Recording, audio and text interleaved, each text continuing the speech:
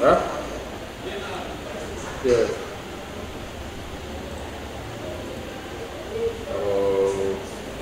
Coffee Domingo.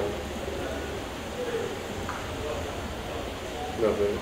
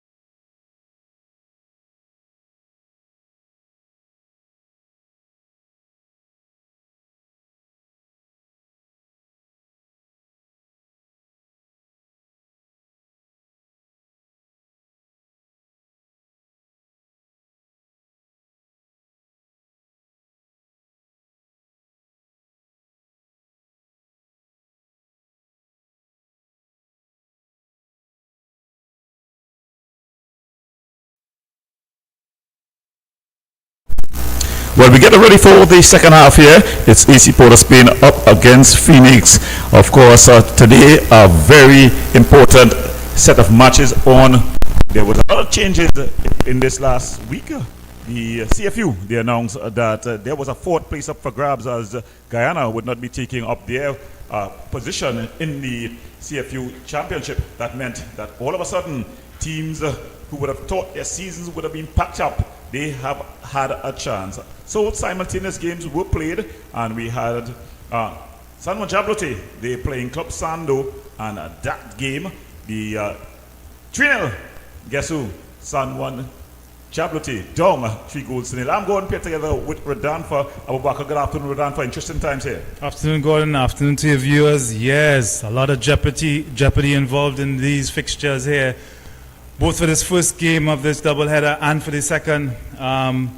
As Gordon, as you would have said, we have now an extra place up for grabs in the Caribbean Shield as the fourth spot, and head-to-head for that would be competing Jablote and AC Port of Spain.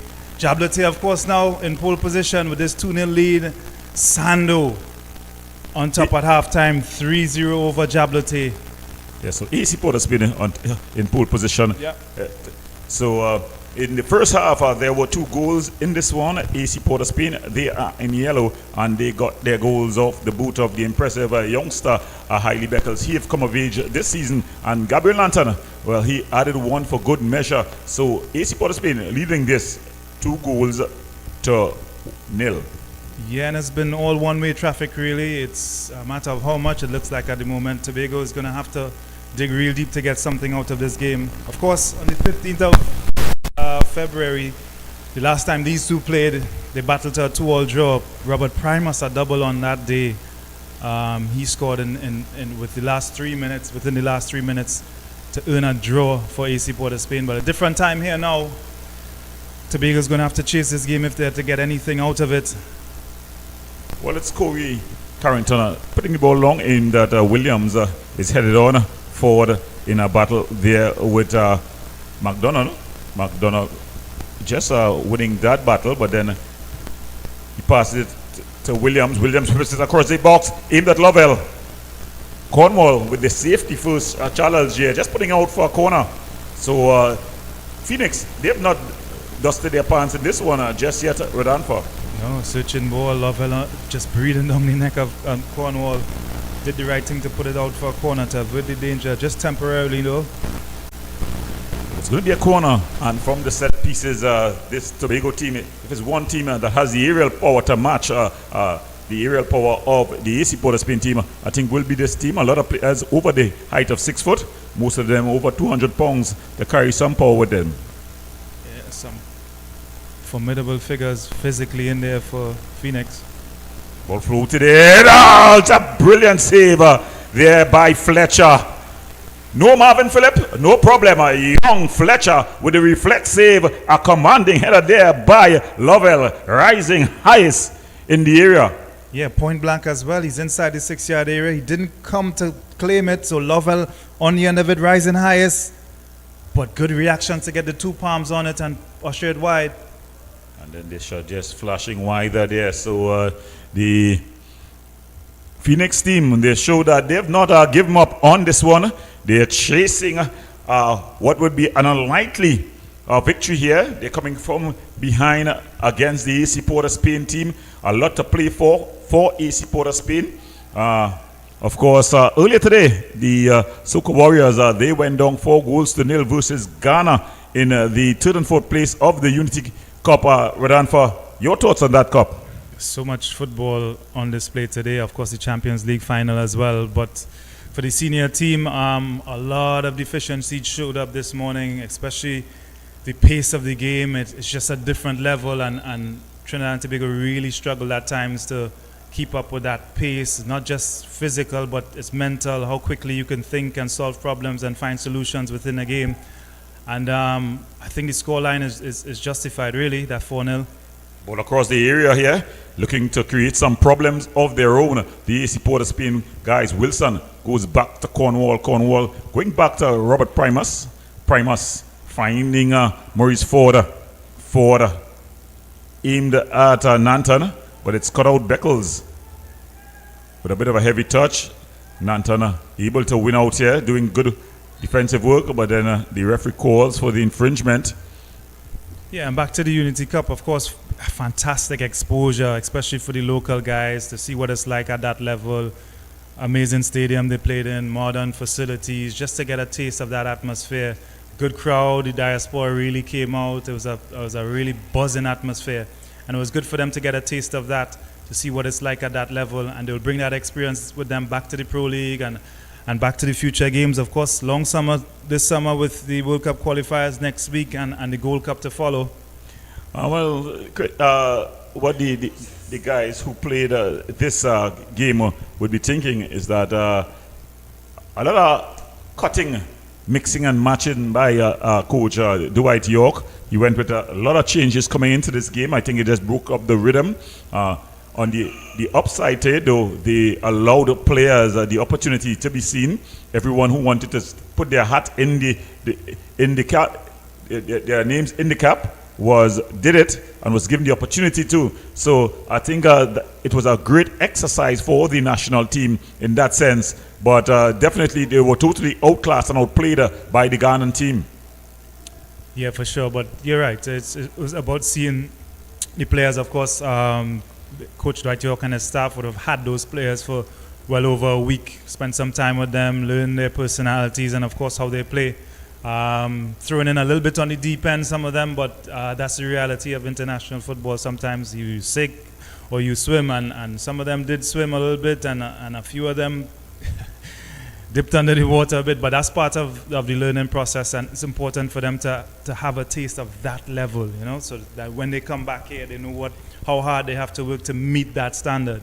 Yeah, I think one guy who would have definitely improved his stature in local football, at least internationally, would be Isaiah Bongo Leacock. He's led the Pro League, joint leader for most of the season. Not selected just yet on debut, able to get a goal against a very tough Jamaican team. So I think he did his chances good going forward. It was also an excellent opportunity. You're playing in the UK. The scouts are always around. So I think for that reason, his work in the Unity Cup, I think would gain him a lot of fans going forward.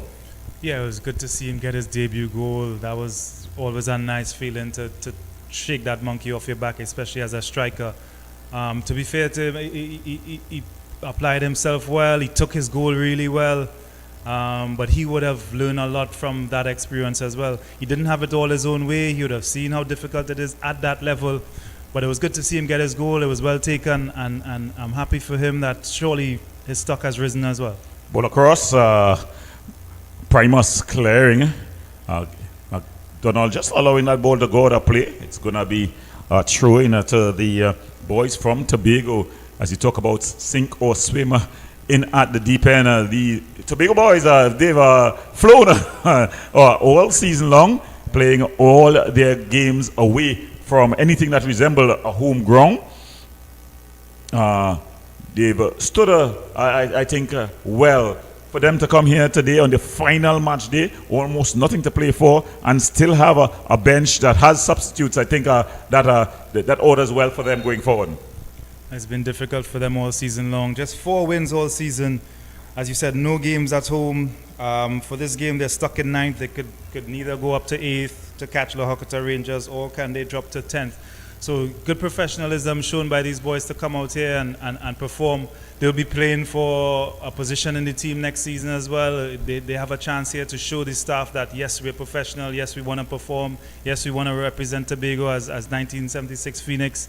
And that pride and that passion will come out tonight for sure. And they've acquitted themselves well enough, but way too often it's been a lack of quality, and we lament sometimes about the travel that they have to endure and the conditions when they get here, and that surely has taken a toll on them, and it's accounted for them remaining in 9th. Well, it's the Phoenix team just exchanging possession. Nathaniel Garcia trying to pick the pocket of Davidson. The referee says illegally so. That's referee Weeks.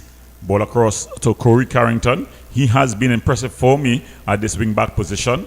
And then he gets the commentators just giving away the ball cheaply to Nanton, who goes back to the very versatile Burns. Well, Burns have played in all positions for AC Port's play, including the goalkeeper, Redanfa. Yeah, originally a midfielder, central midfielder, but he has deputized at right back. He's actually made his international debut at right back. And yeah, of course, we've seen with the unfortunate situation with Marvin Phillip, their custodian a few weeks ago. He ended up in goal and he was all right. So yeah, jack of all trades, Liam Burns. That versatility is sometimes a gift and a curse, you know. Yeah. Well, we were just in that game talking about he could play anywhere except in the goal, and bam, Marvin Phillips is off, and who puts up his hand to go into the goal?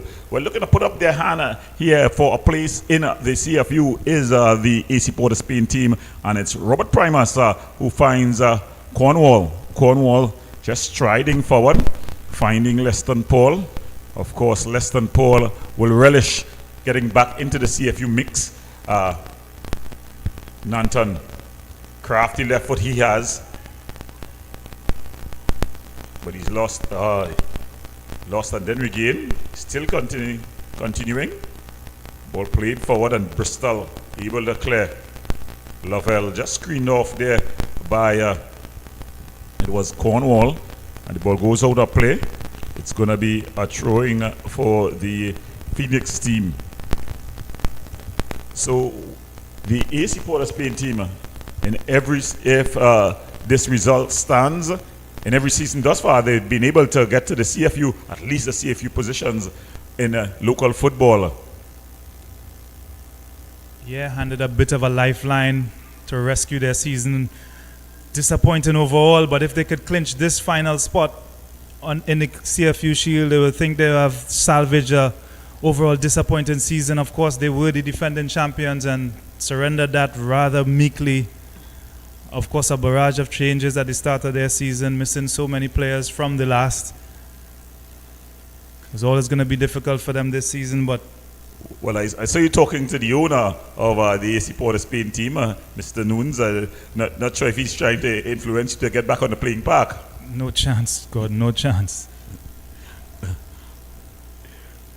As we talk about retirements tomorrow, there's going to be the retirement of another of your former national teammates, as well as teammates at Caledonia. Carlisle Mitchell has called it a day, has called time on what was a stellar season for.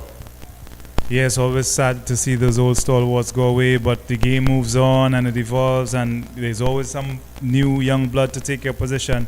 He's been such a servant to his club, and of course a real professional, a true gentleman, and a really lost up to the playing career, but he is going to extend that beyond the pitch, I hope, and he could contribute and give back to the players under his watch. Well, it's Beckles. He's already scored for today. He's had a season where he's come a bit to life. Finally, we're beginning to see the manifestation of the promise that he promised all these years ago at the secondary schools level. Getting just about 8 goals for the season. Looking to add another here. Ball played over the top. Shaves, but the goalkeeper comes and claims, and then he bowls it out. But Burns gets in the way. Garcia goes back to Primus, who will be wearing the armband. He's gotten his pocket picked. It's Lovell. He's one-on-one with Fletcher. Heavy touch. My goodness me. Definitely a missed opportunity there, Redanfa. Yeah, slip up by Primus, a rare slip up. Lovell in hot pursuit, and his touch got away from him, and Fletcher able to smother. So there he was picking the pocket. You would think he should score from there, but then a heavy touch. Yeah, didn't compose himself, and Fletcher sharp off his line. Credit to him for that. He was off his line, but still in the 18-yard box, and you miss on one end. There's an opportunity presented at the other, as there was an infringement, and Nanton is going to take this one. He's got a very intelligent left boot. The Santa Cruz resident, of course, the brother of the Trinidad and Tobago, Miss Whirler delegate, Mrs.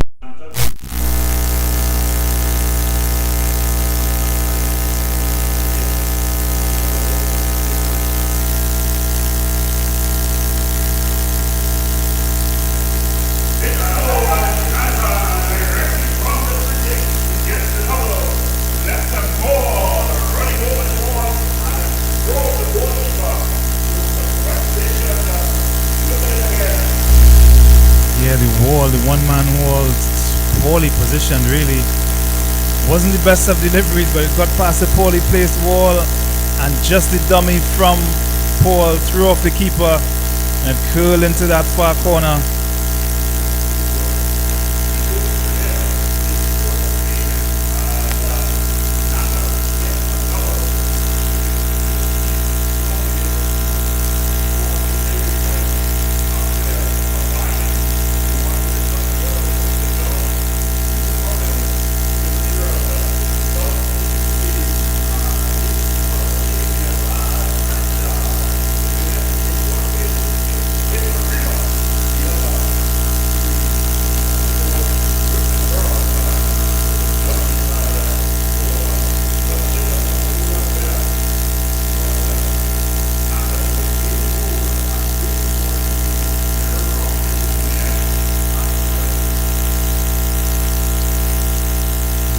Put a stranglehold now on that all-important fourth place position. Of course, with a win here, they will leapfrog Ttpfl, who are really struggling over at La Hawkins at the moment. 3-0 down to Club Sando.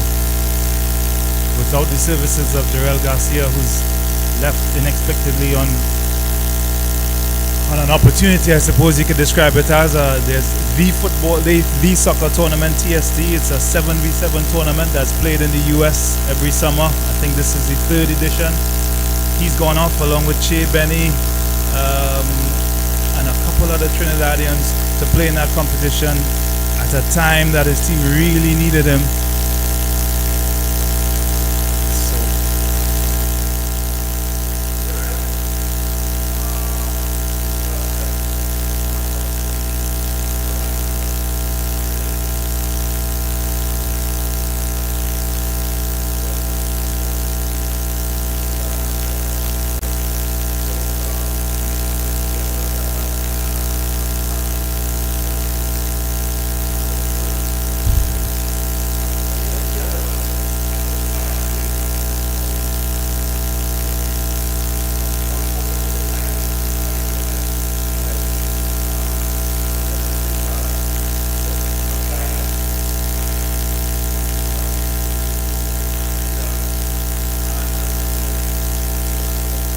Timing of his departure, not that he went really, but the timing of it, where his team is in a position to get that final spot in the Caribbean Shield. Ttpfl, of course, missing the previous season. They took a hiatus to sort of reconcile their team, and they came back strong with a new vision with the youngsters. They've done so well up to this point to put themselves in a position where they could clinch that fourth spot, and for one of their best players to be off on such a, it's not quite football, but you know, on an opportunity at this time, it begs the question, who is he getting that advice from? Who is guiding that guy along in his career? It's really off timing, to be honest.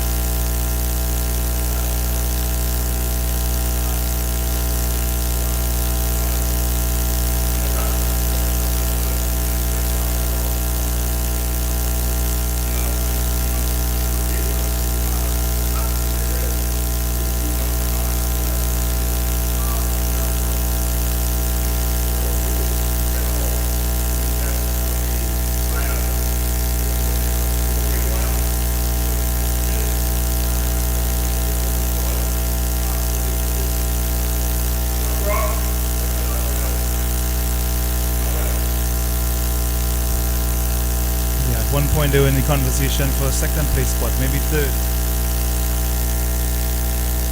But as you said, yeah, when he left for his trial, again the timing was a bit odd.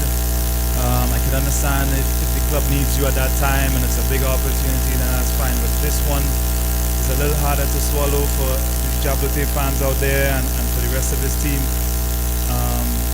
In his defense, perhaps that was already set in motion before this final CFQ spot became a reality last week. Perhaps that's the reason, but in any event, I think, you know, as best as possible, he should have attempted along with his club to keep him till the end of the season with so much at stake in this last game.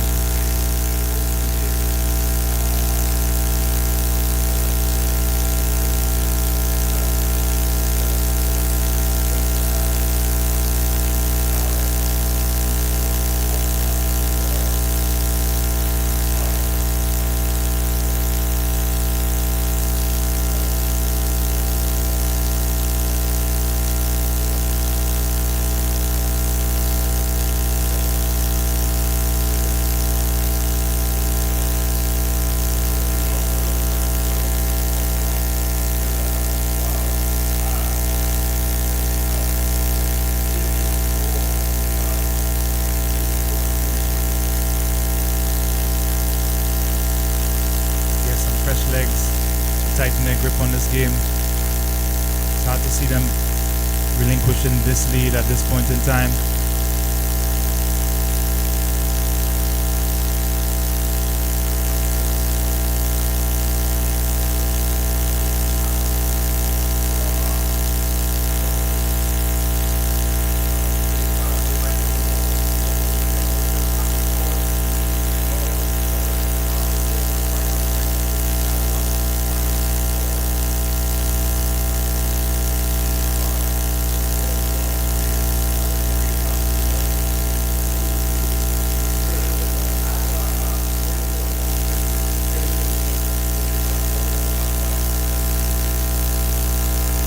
Capable anywhere along the back line. Good intelligent footballer.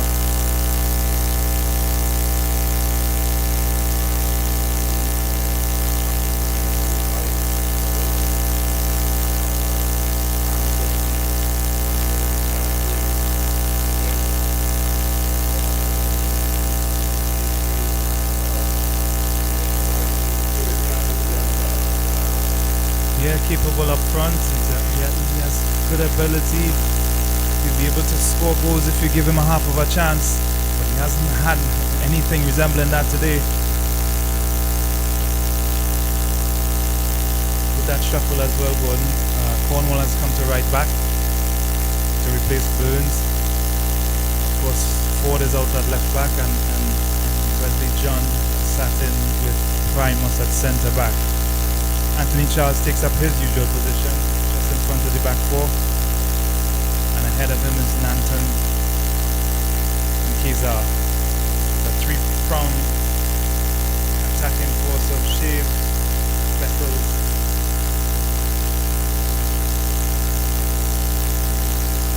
and Wilson in the third line.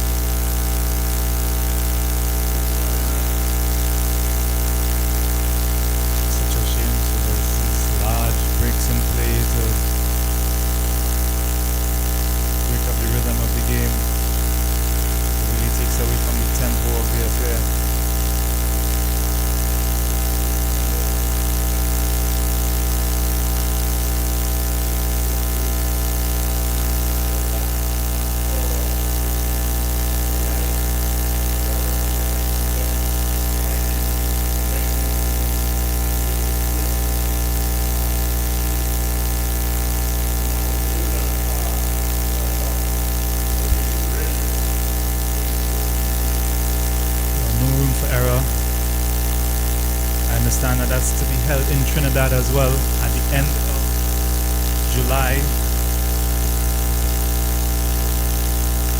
Almost 2 months to prepare for that. That's a long time not to play a competitive game. That's the challenge for the scheduling of this competition compared to the scheduling of the Ttpfl. Bit of a disadvantage to the local clubs who are out of season at that time. Very difficult to keep your match fitness.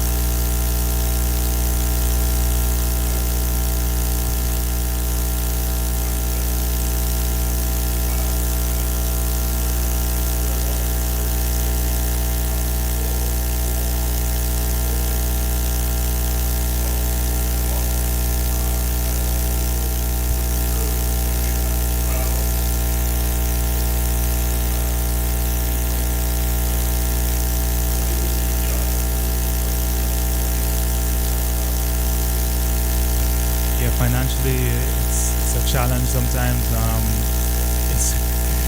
Sometimes as the owners or as the financial heads of the clubs cringe a bit when you know how much travel is involved and you have to stay overnight and flights for your entire staff. It's not easy to manage financially, but it's a massive opportunity for the club, for the kids to get seen, get exposed to the level of competition, and to compete and of course represent the Trinidad and Tobago regionally. Well, it's a free kick here, going to be taken by the impressive Javon Williams, the captain of this Phoenix team. Phoenix 1976. Ball floated, aimed at Lovell. He heads it across, but it's wide off the mark, not challenging anyone really.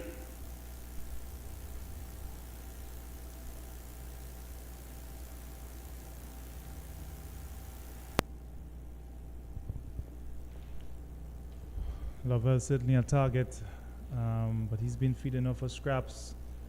Even in knockdowns, there isn't enough Tobago 1976 Phoenix guys around to capitalize on his knockdowns early on in the first half.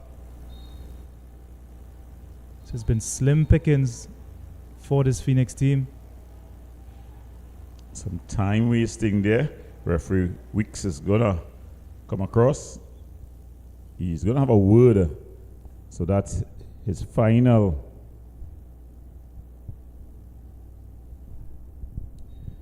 The irony there, Gordon, the word is taking even more time. So I'm not sure what's the point of that. But he's not going to escape a yellow card if he does that one more time, Fletcher. Ball banged up field, goes out of play. Again, we want to thank our loyal fans, Wilson Bulal, who's always locked in and locked on.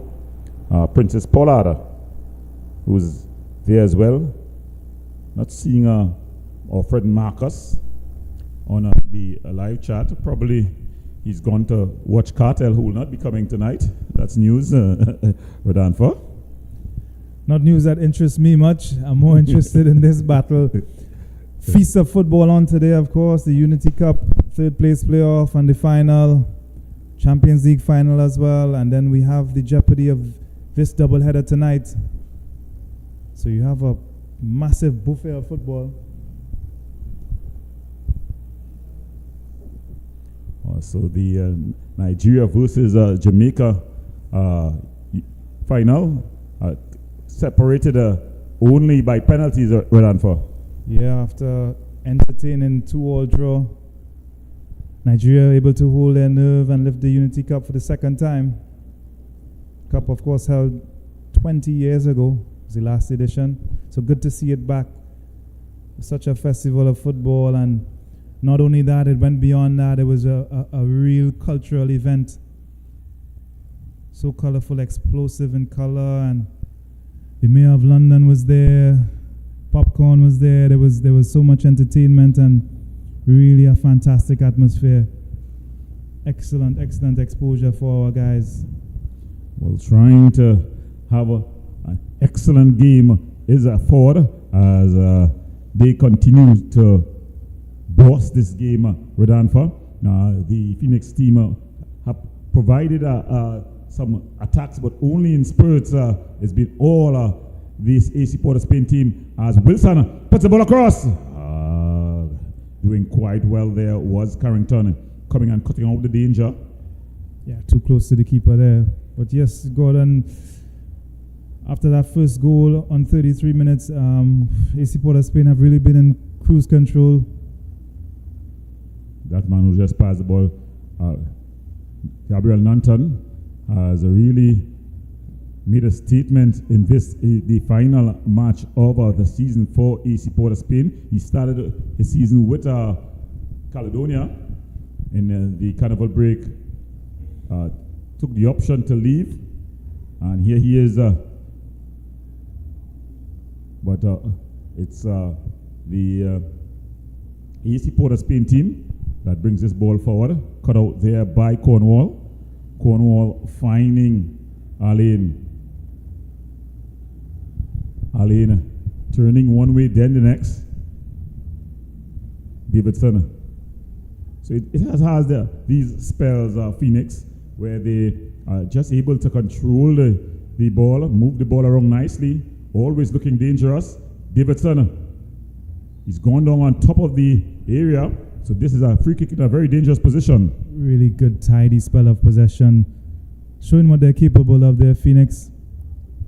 Building a foul in a very, very dangerous area.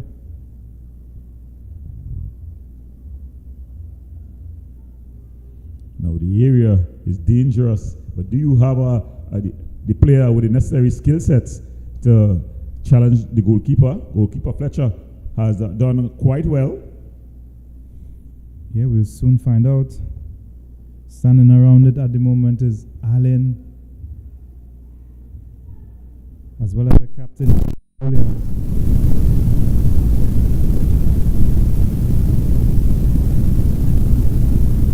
Distance of this free kick does give the ball enough chance to get up and over the wall and beneath the crossbar.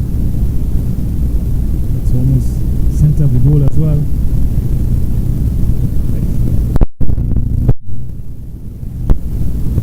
Fletcher has chosen to cover his left side of his goal and the wall cover his right side. They had two left footer, just giving them a better option.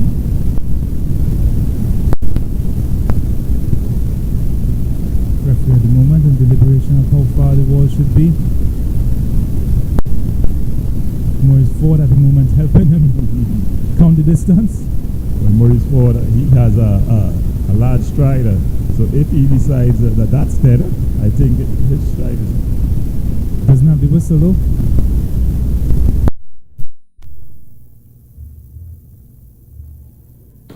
We've held our breath long enough for this. Let's hope it doesn't disappoint.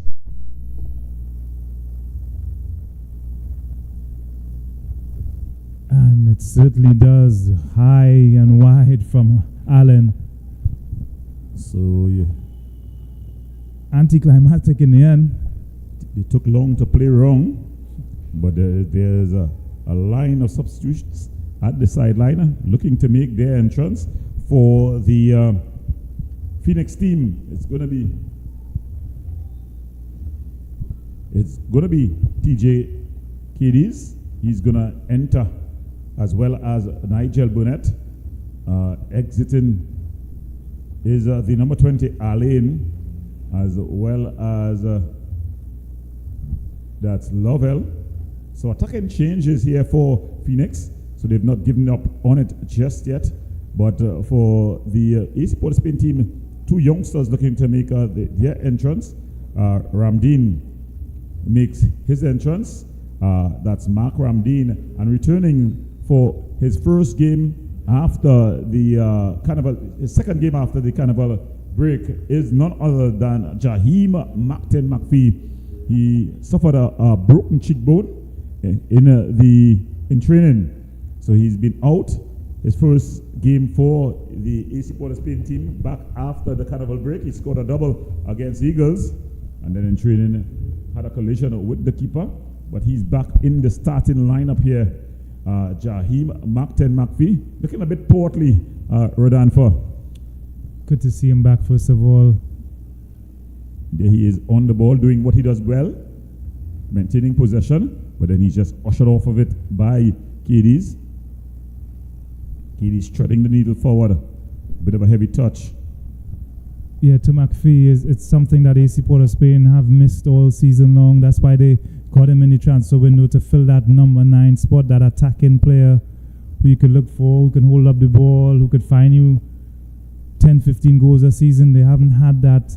They've had to substitute with Shaves, who isn't as physical up front and perhaps better suited a little further back, probably within that false 9 or 10 position. McPhee gives them that physical presence up front that sometimes you need when you need that escape ball and definitely a target from crosses. Yeah, he's definitely going to be a good addition here to this AC Port of Spain team. Was the leading goal scorer for the Caledonia team, the Moldova Caledonia, in the early part of the season. Mark Rapdeen losing his footing on the ball. He's able to reclaim. Kiza badge over. Yeah, and of course, McPhee also had a spell with AC Port of Spain in the 2022 season.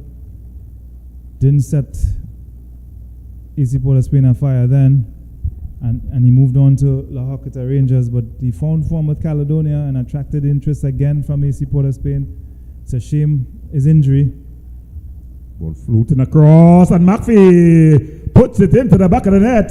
Jaheim Macton McPhee, he adds to the tally as AC Port of Spain continued to rain goals as the heaven opened with water. So goals have been flowing here for the AC Port of Spain team. A bit of luck here. Yeah, not dealing with the cross. The defenders and the keeper getting themselves in a right old model.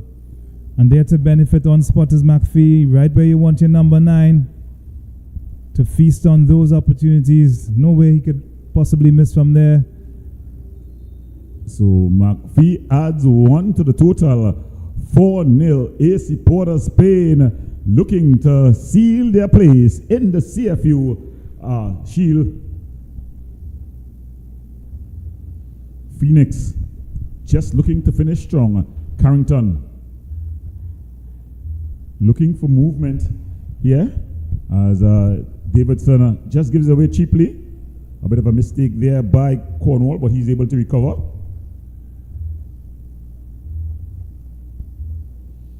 So the wheels have fallen off for the Phoenix team.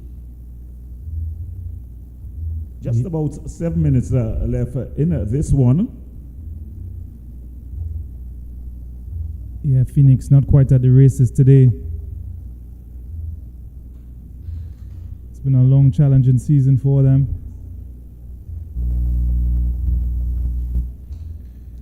So it's Williams who's going to bring this ball forward.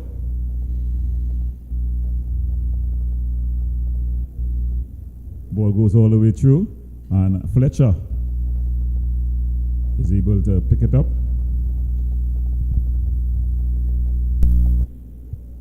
Yeah, he would want to finish with a clean sheet, Fletcher. Yeah, when you're number 1 away and you get it, the playing time, you definitely want to make a statement. And what better way to make a statement than to keep a clean sheet, combined with a couple of vital saves as well, Rodolfo. Yeah, he stood in the way of everything that Tobago managed to muster. Nothing spectacular. He came out at the feet of Lovell midway through the second half. You also saved a header from Lovell from the corner, point blank range. Yeah, so he's done his part in this result as well. It's good to see, especially a goalkeeper. Sometimes you sat on the bench game after game, and when that chance does come, sometimes it catches you cold, but it hasn't done that to him today. He's been sharp enough, and he's on the way to a clean sheet. He's just passing that ball out to Maurice Ford. Maurice Ford, of course, former St. Augustine man, finds a former Malik man, exchanging passes. Maurice Ford played with the Mean Green Machine, team that included the likes of Akim Froggy Garcia. Was always a player, borderline national. But I've had, I think, probably one look in at the national senior team. Ball played through. Leandro Williams, he's disappeared completely from this one as they go back to Fletcher. Fletcher finding the man from deep south, Cornwall, who walks it forward and trying to thread the needle to get another man from South Kiza going. Ezekiel Kiza, but it's cut out by Phoenix. Thrown forward, Ramdeen. So another South player. So the Southern connection teaming up, but then it's McPhee who puts this one over the top. Bristol comes. Ramdeen shakes off the challenge, raises his head. Still going, Ramdeen. He had Kiza across the face of the goal, but he saw visions of glory there, Rodolfo. Yeah, overdid it, fleet-footed, got past the big centre-back, put him on his pants. And when the timing was there for him to get it across, started to dribble once more. Instead of releasing that pass, it would have been an easy tap-in. Yeah, Kiza was across. And the anguish echoed not just from his teammates, but from the crowd as well. Nanton floats this one over. It was aimed at Wesley John, but a bit overcooked. Ball goes out. And again, the long journey for the keeper to go and claim the ball. Rodolfo, as we come to the end of the season, could you tell me some of the things that you would like to see, basic things? Of course, we'll all love it to be plastered with billboards and the like, but what's some of the basic things that you think that the Ttpfl Tier 1 could do to improve going forward? Yeah, certainly the promotion could be a little more consistent. It starts really well and there's a good hype and energy around the football. People want to come and watch the football, but it sort of dies out and there isn't that maintained effort to promote the games and to get the fans engaged. So it sort of just peters out a little bit. Well, for me, I'm going to start with what has been my pet peeve. We need to have ball attendance around the field. That's basic. So I think if they could tick that box for me, I will start have a smile when I come to the games. So I think that's number one for me, the ball attendance. Then I think the teams need to get out and do their jobs, get into the communities. And when we say get into the communities, you could do it both in a sense of finding a community project to do with your team. Summer is coming. The people in the teams are football people. It's the easiest thing to do is to have a 3-day camp, a 2-day camp. The players able to interact with the young fans, the children. Of course, if you get a fan at 7, you get not only the fan, you get the family, and you also got a family base for a lifetime, fans for a lifetime. Yeah, it's part of the responsibility, social responsibility of these clubs to connect with their communities. As you said, you build your fan base, you give back to the communities you operate in. You get your players associated with the communities that they come from. So here comes the Phoenix team. Dear fans at home would be watching. He's just giving it away cheaply. And Cornwall is flying on the overlap. He has 2 to aim for. Decides to go back to Nanton. Gabriel Nanton. His pass was not the best of passes. Williams able to break it up. Ramdeen going for a bit of a run. Ramdeen. Mark Ramdeen here trying to do too much, and Carrington wins. But Cornwall able to recycle the ball. Nanton, he goes back to another South resident in John, and he goes back to the keeper. So they are large and in charge here.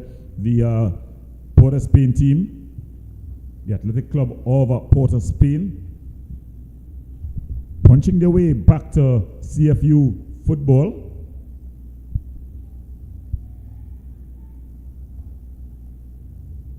Maurice Ford, a man from the heart of Port of Spain, Nelson Street to be exact. Some good work there though by Jaheem McPhee. Of course, McPhee from the Seaman Road area in Pity Valley. He's coming across looking to tee things up. And it's into the back of the net for 5.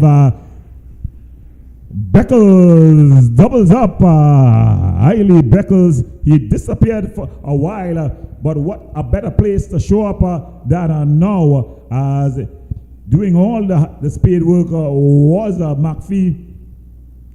A shot that from Keyser that just fell to Beckles, and he just passed it into the goal to make it 5-0. Yeah, large gaps opening up in that Phoenix defense now.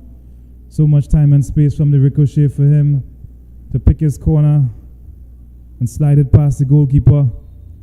Well, he started the goal scoring. Will he have finished off there, as it's a high 5 from AC Port of Spain, as they have definitely done enough to book their place into the CFU Shield, the Caribbean Shield. Coming for more. But Carrington comes, claims, bowls it out to KDs. KDs finding that's Davidson. Ball floated over, aimed at Davidson. Cassidy Davidson doing well. But then he's just ushered in 1 minute of added on time to be played. Not sure how they worked that out. But I think Phoenix will definitely be happy that it's only 1 minute. Yeah, they'll probably hope it's sooner than that. The next game up up next we have the Fortin Civic. They're up against Police, and that just running to outside position. That battle will decide could decide the second place finisher. Of course, Police looking to track down AC Port of Spain. AC Port of Spain, they have a game up against Terminex Rangers. Lakota Terminex Rangers at the La Hocta ground. I'll just give you the score across at La Hocta as that game we just have come to an end. That's Jabloti. Chance here. Oh, good save there by doing quite well.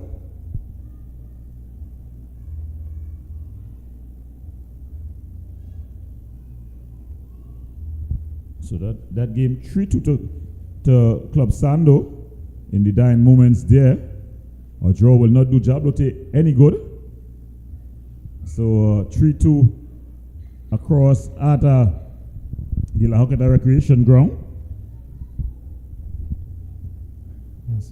If these two results remain, then of course AC Port of Spain will clinch that fourth and find a precious spot that gives them entry into the Caribbean Shield and a possible chance to get themselves promoted into the Caribbean Cup. So across at La Hocata, Club Sando coach Angus Eva celebrating his ascension to the head coach of the Montserrat national football team, Rodanfa. Congratulations to him. Yeah, congratulations to him. He has 2 World Cup qualifiers to preside over, and then there will be a further discussion on his tenure there. One of them, of course, I think being right at home here in Trinidad. They play against Belize next week in their World Cup qualifier. Yeah, on the 4th, they will be at the Otto Bolden Stadium. AC Port of Spain, though, they will be eyeing playing in Trinidad, but playing for Caribbean glory. Davidson.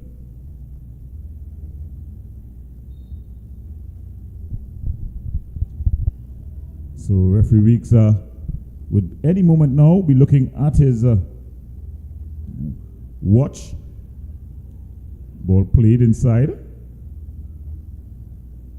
And that's the final whistle. So at the end of it all, it's AC Port of Spain 5, Phoenix 0. Rodanfa, a very interesting game. The way it started, Hailey Beckles starting the finishing, the goal scoring, and he finished it. He has a double. Nanton has a double, and added one for good measure, Jaheem Macton McPhee. Your thoughts? Yeah, one-sided all the way through, one-way traffic. AC Port of Spain bossing it from start to finish. They've done their part, and they've got the favorite teams from Club Sando, who've overcame San Juan Jablote simultaneously up at La Hocata. So they have clinched that final spot for the CFU Shield. Congratulations to AC Port of Spain. They will represent the Trinidad and Tobago Professional League once more regionally. Well, we're going to the break. When we come back, we have more action as we get ready for the Police, who are going to be coming up against the Fortin Civic team in a short.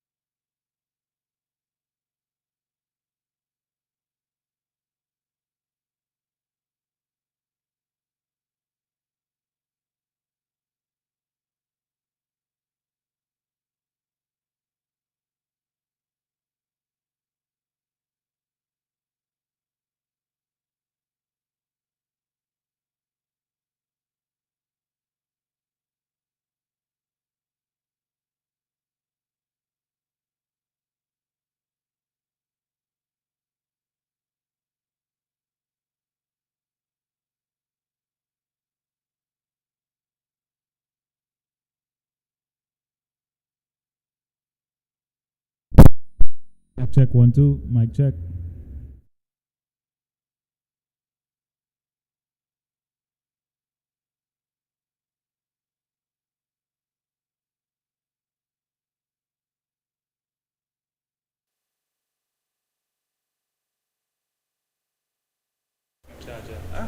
One two check. Mic check 1 2.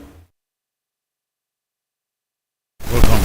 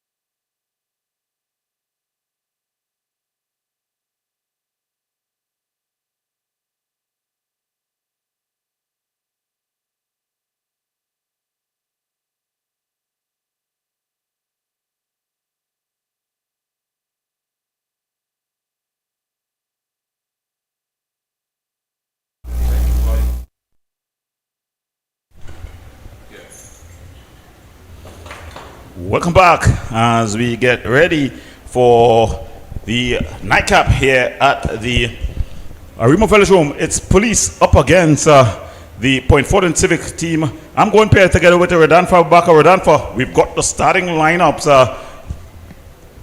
But I'll give you the police starting lineups. In goal, the number 18, the big man, Adrian Fonset. Number 2 is Raheem Kibi. Xavier Rajpal, number 4. Michaela Williams is number 5. Number 6 is Simeon Bailey. Number 9, Karima Fritas. Joel Lewis Watson is number 16. Jem Gordon. Christian Thomas. Caleb Surge, number 66. So that's the starting lineups for the police team. For Point Fortin, Gordon and your viewers, good evening once again. Welcome to this second of a double header. A lot at stake here. And from the start for Point Fortin, Terence Lewis, number 1 of course in goal. 21 Jamal Trim, he's their captain and centre back. There's Jabari Watson, number 3. Joquan Bailey, number 5. Jeremiah Niles, live wire, he is number 9. 10 Akinola Gregory. 12 Isaiah Thompson. 14 is Keelan Williams, he will lead their attack. 16 LaShawn Morris. 18 Taquan Rodriguez. And 19 is Brent Plenty. As the heavens open up just on kickoff here, nature sprinkler is on. It's going to be slippery and a little bit wet on the feet tonight. Well, that's the kickoff as it's going to be the boys in yellow and red. That's the Point Fortin team. They're kicking from right to left on your screens. Ball just going out of play. And it's going to be a throw-in here for the Point Fortin team. So Point Fortin, bottom of the table, Rodanfa, they've got to sum up some energy here. As Central has already scored at the La Hoqueta Recreation Ground. Ball played forward. Freitas finding the number 11 in Joel Lewis. Lewis going for a bit of a run here. Lewis trims, comes across, makes his body big, gets possession. The squeeze is put on, and winning out here is, of course, Gregory. Ball played forward. Sturge, bit over hit, and Terrence Lewis is going to take possession over this. Yeah, Gordon, what's at stake, of course, for Police is a place in the Caribbean Cup. They start the night on third with 42 points. Central ahead of them on 43 at the start of the night. Yes, so I think we will explain to the viewers, because we're talking about CFU qualification and what's the difference between third and second. Now, second you play in the cup. And in the cup, there you go into a group stage. While at the Shield, it's win or go home. The pressure is on for you to get forward. Of course, if you're able to come in the top two in the cup, then you qualify into the Shield. If you come in the top two in the Shield, you qualify to get into a group in the cup. Well, so in the cup, you're guaranteed 3+ games, right? But in the Shield, you got to win or go home. Yeah, that Shield is straight knockout. It's not an easy road to get in those top two places to get yourself promoted as it were to the Caribbean Cup. Bailey, ball across. And winning out there is Watson. He's playing in the midfield. Of course, the Police team without the talisman, Joven Jones. Yeah, big miss for them tonight.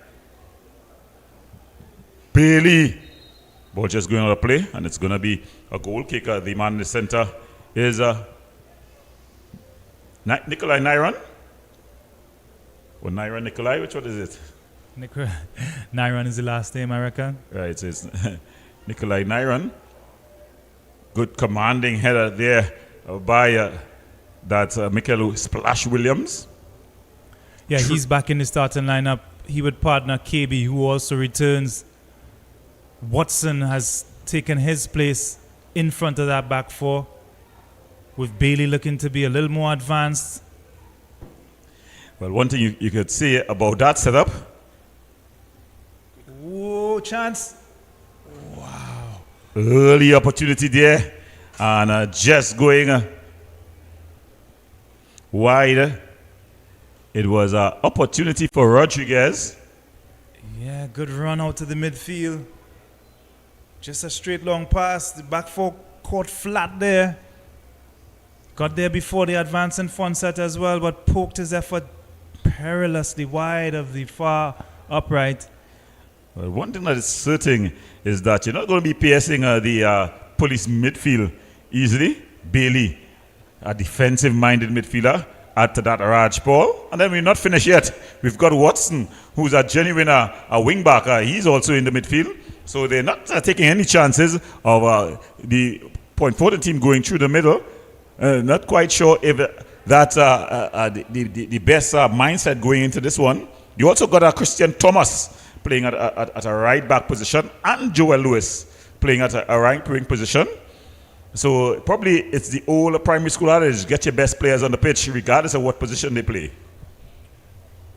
Yeah, I'm surprised that Watson is sat in there. Bailey usually occupies that position. They've asked him to play a little more advanced, it seems. Yeah. They also got Jabari Mitchell. So not quite sure the tactic. But this ball is played over. Akinola Gregory puts this one early across to the impressive young Williams. Williams lays it back, but it's won by Watson. He pushes it early to Xavier Rajpaul, the man from Belmont. B-I-L. Belmont is love. As he finds Thomas. Thomas, of course, the man from the St. Anne's area. Ball just poked away. But the southern boy comes and wins out. Freitas back to Thomas. Christian Thomas looking for movement. Puts this one over the top, aimed at Lewis. That's Joel Lewis. And making his body big is Jamal Trim as he screens out. Yeah, Trim is going to win that battle every single time if it comes down to strength. Yeah. Not a lot of movement ahead of Thomas, and that forced him to play that pass. It's a strange one, really. It looks, as you say, defensive-minded midfielders that, pardon me, that have asked to play advanced positions. Not sure they're thinking behind, and maybe it's just to secure that midfield early on. And then they always have those more attacking changes in Mitchell and Tyrese Bailey coming off the bench. Well, Even Kadeem Hutchinson as well. Well, if you look at the bench, there's only Kareem Hutchinson on the bench. Oh, yeah, Jabari Mitchell is also there. So strange. Tyrese Bailey is also on the bench. So the attacking-minded players are on the bench. Strange. Knowing that you're looking to go for a win and hope that AC Port of Spain stumbles against their brother club. That Central stumbles against their brother club, Terminex Ahokuna Rangers. Yeah, as we mentioned earlier, Central already ahead in that one. So no doubt police gonna have to come out searching for that win here. Bailey showing a bit of trickery, but then he loses possession of the ball. Trim goes back to his keeper, Terrence Lewis. He finds Watson. That's Jabari Watson. He drives this one forward. It's broken up by the other Watson.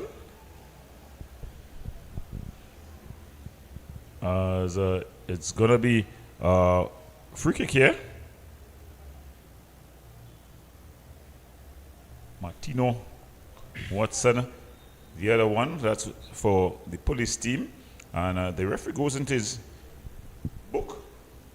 Someone has collected a card. We'll get the person for you. Watson floats this one into the area. Easily handled by Lewis. So Lewis, Terrence Lewis just holds on. And he goes short to Jabari Watson. Ball played wider. Sturge finds Rajpal. Trying to tread the ball through, aimed at Frittas, but it's cleared away. So the police team settling down and coming now, trying to break the back of the Point Fortin resistance. Caleb Sturge, the man from Diego Martin, throws it in, exchanging passes with the man from South. Raj Paul just finding his wing back in Thomas. Ball played forward to Bailey. Simeon Bailey trying to find Raj Paul. Trim. It's given away. This could be dangerous. A shot from distance. Williams, the young Williams, trying his luck from distance there at Danfor. Yeah, but hasty. I would like to see him take it to the defender there. It was 1v1. He spotted Fonset off the line, but was never in control of that effort. Yeah, young Keelan Williams has been a find for this Point Fortin team. Yeah, he's been good. 6 goals and a team that really struggled for goals. Yeah, and he scored his goals coming to in the second half of the season. So he's done quite well. He's also had a hat-trick in the First Citizens Cup. Yeah, 6 goals in a team that has only scored 16 all season. That is a decent accomplishment. This ball threaded through. Rodriguez is 1-on-1. He bangs it home, sending Fonset the wrong way. So Tiguana Rodriguez puts his team up 1-0. Shambles here from police. Not the script they would have wanted to read from. They've gone 1 goal down. That's not what the doctor ordered for them. Point Fortin with the sucker punch early on here.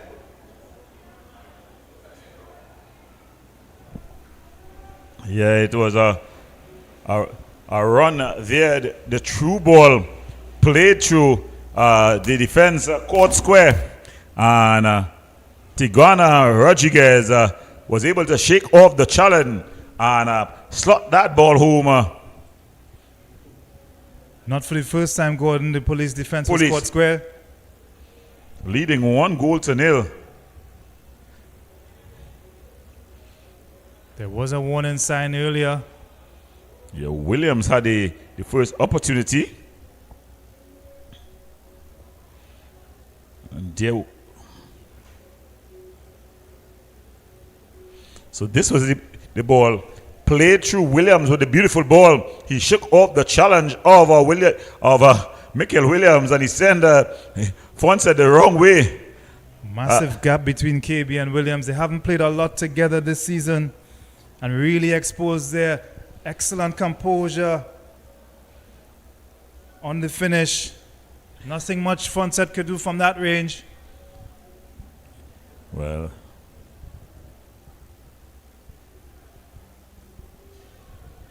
and Police's slim hopes of snatching that second place away from Central FC. It's now taken big blow here, going 1 down. yeah, going 1 down so early here.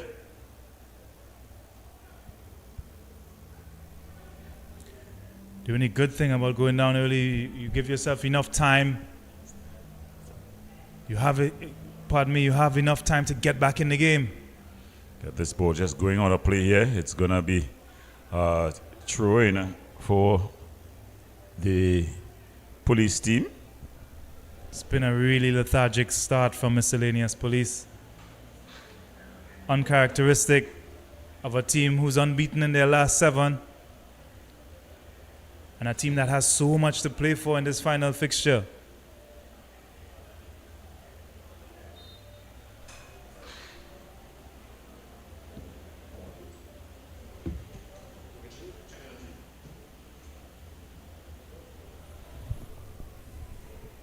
Looking to find a response here, though.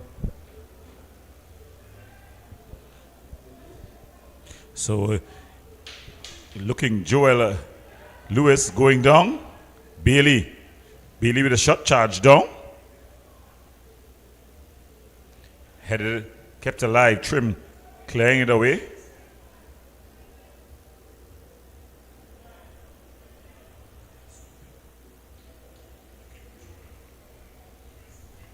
It's way too much here on that cross.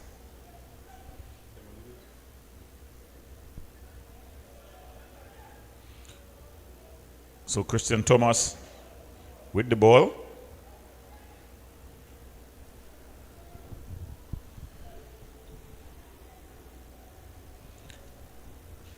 Watson, nice one-time ball, but it's cleared away. And the infringement there by KB.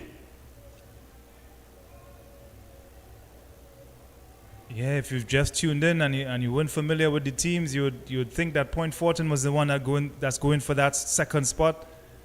It's been a sleepy start from Miscellaneous Police. Point Fortin, no doubt the brighter. They were taken hard from their previous game against the champions Defence Force. They held them 1-1 up to 79 minutes, eventually succumbing 3-1 in that game. A depleted Defence Force team, of course, with a lot of their players away on national duty, but Point Fortin would have taken some heart from that, and they've transferred that into the early stages of this encounter.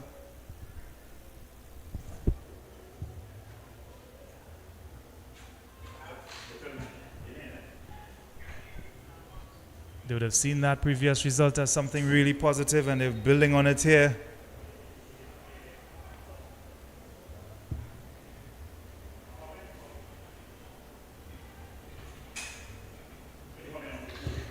That's going to be too long, but a real pep in the step of the team in yellow and red stripes tonight.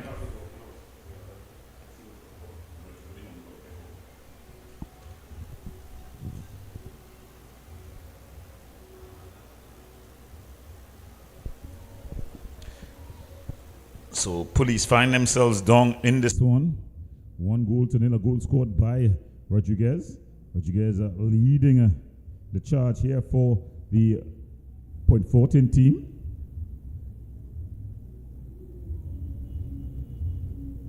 As the ball is played forward, Jabari Watson does well. Akinola Gregory maintaining possession. It's really well held up under pressure. Still Gregory. Goes back to Terrence Lewis. One thing about him, he's able to possess the ball with his feet quite well. Find Watson. Watson, the big ball forward, aimed at Akinola Gregory. Coming back and doing the dirty was Mitchell. Can he keep it in play? Not for the first time that back line of Miscellaneous Police susceptible for that straight long ball. Williams is dropping in, and that's taking one of the centre backs out of the defence. And then the two wingers, Rodriguez and Akinola Gregory, are bombing in from the flanks and attacking that open space that was left by KB. Now, the amazing thing, Rodanfa, is this. Elijah Belgrave is on the bench. How do you go into a big game like that, like this, and leave your most experienced, most sturdy player for this whole season on the bench? You bring back two players who are coming back from some sort of injury or some sort of interruption in play, and you start them in a partnership that they haven't played together with much for all season. I think the decisions are baffling me.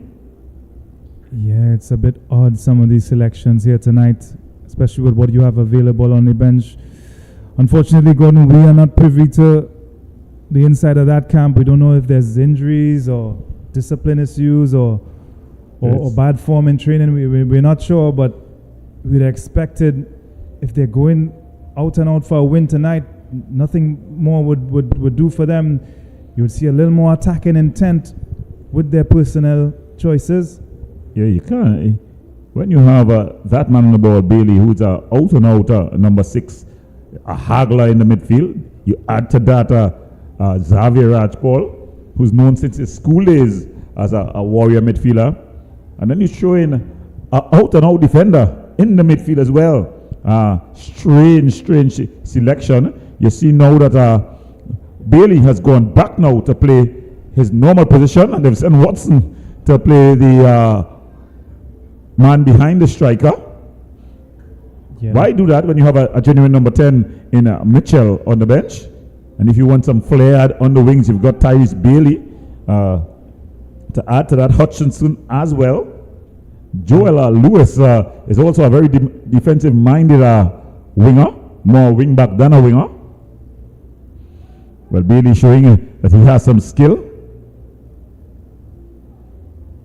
Ball across, and Jem Gordon. And it just trickles into the back of the net. So Joel Lewis, he finds the back of the net. So what do I know about selecting the team? Joel Lewis, he draws a police level, as we'll have a look at it again. It was some good skill put on there by first it was Jem Gordon, who showed some skill.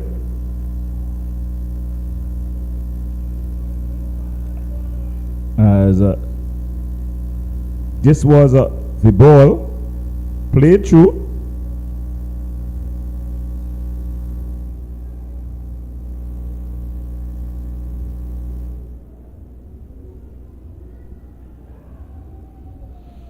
As an infringement there, and it's going to be a free kick for the Point Fortin team.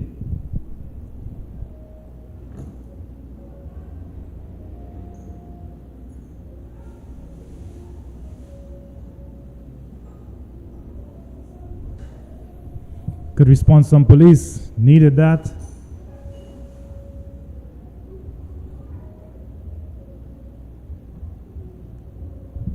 So, but it's still the Point Fortin team. They're playing with free abandon here, Rodanfa. As there we have a look at the goal here again. Unable to clear the lines, and Joel Lewis was able to put it into the back of the net, and he drove the police steamer level with Anfa. Yeah, fortuitous deflection. Keeper Terrence already committed to his right, and the deflection took it to his left, and it agonizingly dribbled past him. It's unfortunate for him, but joy for Miscellaneous Police, who draw level.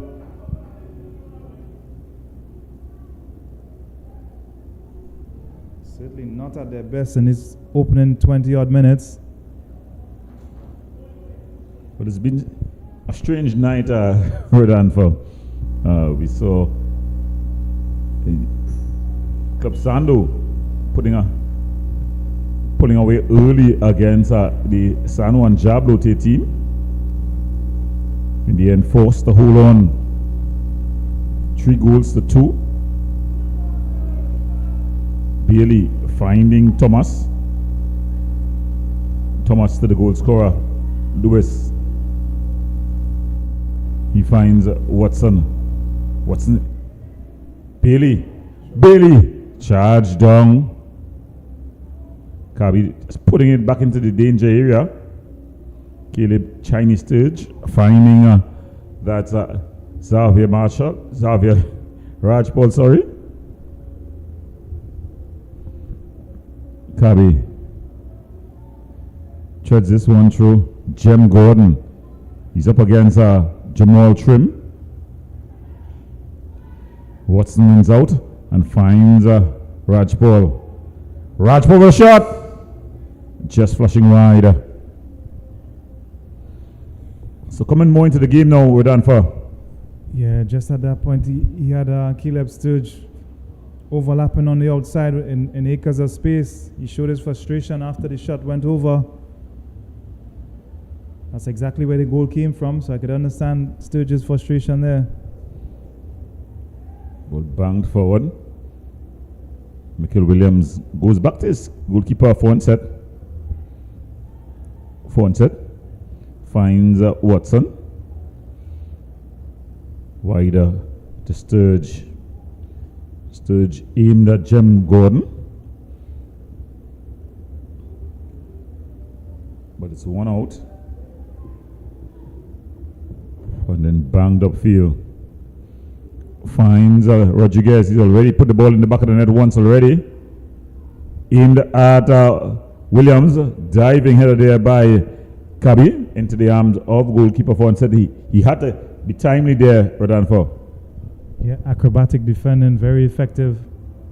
I reckon that was Mikel Williams cleaning up there. Good ball in from Rodriguez. Fantastic running from Williams of Point Fortin.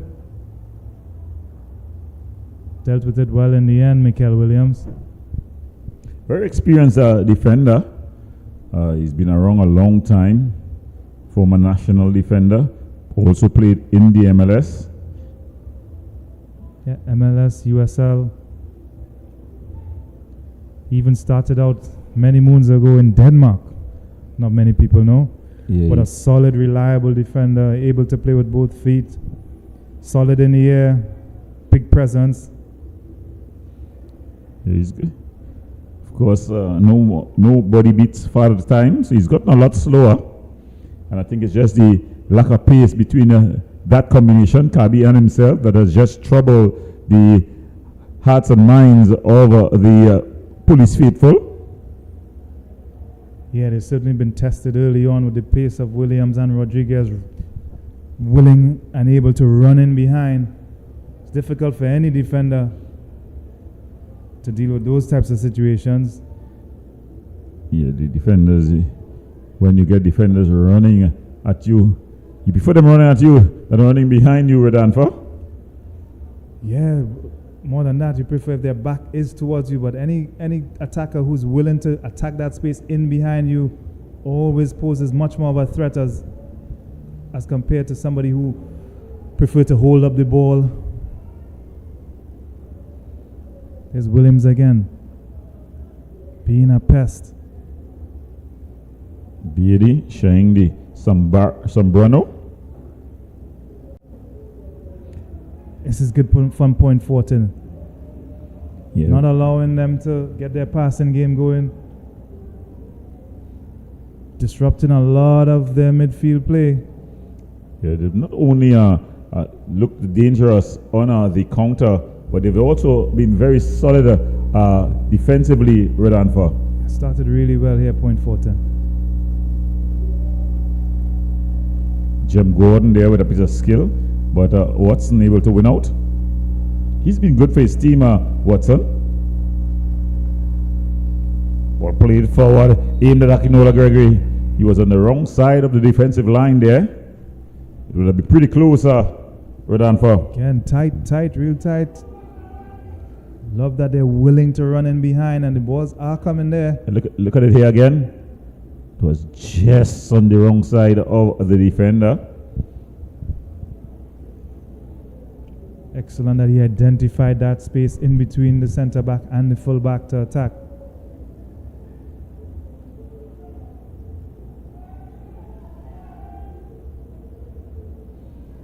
We've not called this name much tonight. That's Kareem Scooby Fritas. Yeah, he's hardly had a touch, especially when he's marshaled by Trim. Ball played through. Kabi able to clean things up. Then Williams finds Bailey. Bailey back to Williams. Williams, the crossfield ball aimed at Sturge. Jim Gordon exchanging passes with Sturge. Sturge has got a very good left boot, but he cuts back. Watson. Ball aimed at Jim Gordon. Plenty able to win out. Williams. Raj Paul. Bailey. Lewis into the area. Good defensive work there. Yeah, getting his body across. Shielding it for his keeper to come and claim. It's good work. Morris now bounding forward. Well played. He's in behind here. Williams. Oh, it's come off the face of a front set. He's looked shaky tonight as well. Awkward bounce there.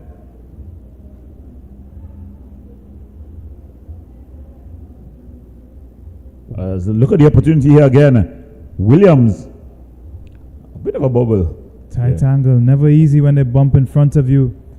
And a feature of this particular ground, Gordon, is the lines there. There's a bit of a divot there. And perhaps the ball just kicked off of that line, that indentation on the field, and caused Funstead some problems there. As you said, probably bumped off his nose and into a dangerous area. Fortunately, they were able to scramble it clear. And also able to scramble that cross clear as well. Good ball in. So if you're just joining us here, you're watching the Ttpfl Tier 1 action. It's Police up against Point Fortin. The scores were just about 30 minutes gone. It's Police 1, Point Fortin 1. Remember, a lot up for grabs here.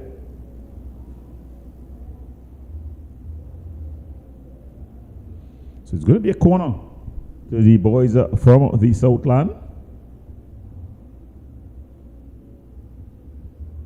Ball across, claimed confidently by Fonset.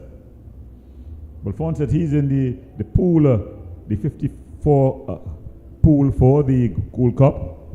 Judging from the direction that Dwight York has taken, unless there's a string of injuries, he's not going to be traveling to the Gold Cup. Yeah, you never know. Again, as a player, your role is to perform and be consistent.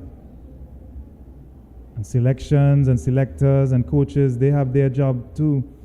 They want to provide the best team to win games, and that's their focus. Your focus as a player is only to perform. You should never get too preoccupied with the coaches and who they're selecting at the time. More often than not, they select the best players for that assignment that have been consistent, who've been top of their game. Because, of course, the coach's job is always on the line as well. Of course, you live and die by your decision.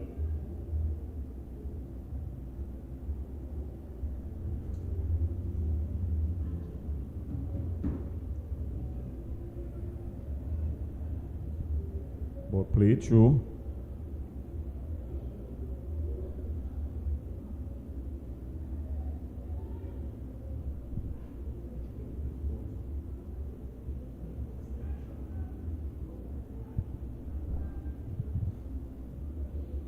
Ball played through.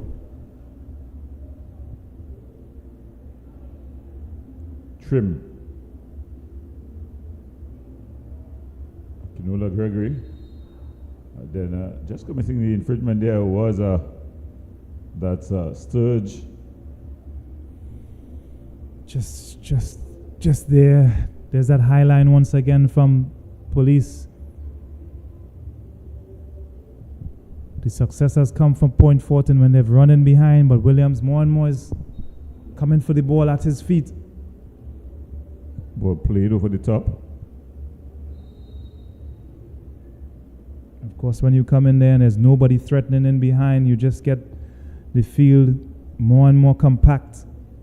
That's good from a miscellaneous police point of view, but from a Point Fortin perspective, makes that space tighter to work with. And they're more susceptible to turnovers, as we've been seeing in the last 10 minutes or so. Yeah, so they've come back into the game, the police team. They've weathered the early Point Fortin storm, and now they're back in the game. Level on goals. Lewis bangs this one forward. Kabi with the commanding header. Fritas going back to Thomas. Thomas, the ball aimed at Joel Lewis, but coming and just screening things out was Morris. Quickly taken through. Akinola Gregory goes past Kabi. Could he stay onside? Is he onside? The flag has stayed down. Cuts inside.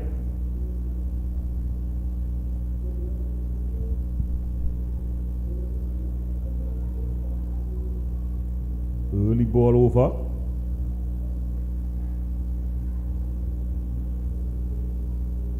The goal scorer chips it forward. Gregory.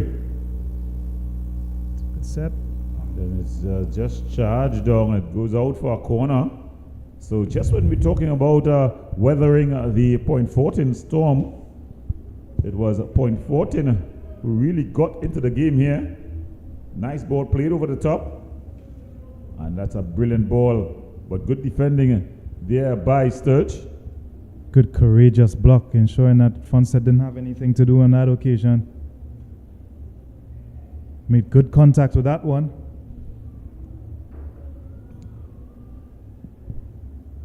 So Central leading across at the La Hokata Recreation Ground. Ball into the area. Jem Gordon does the tricky.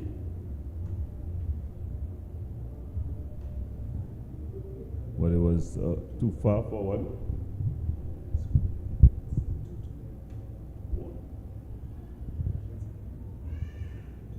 We'll get those scores for you.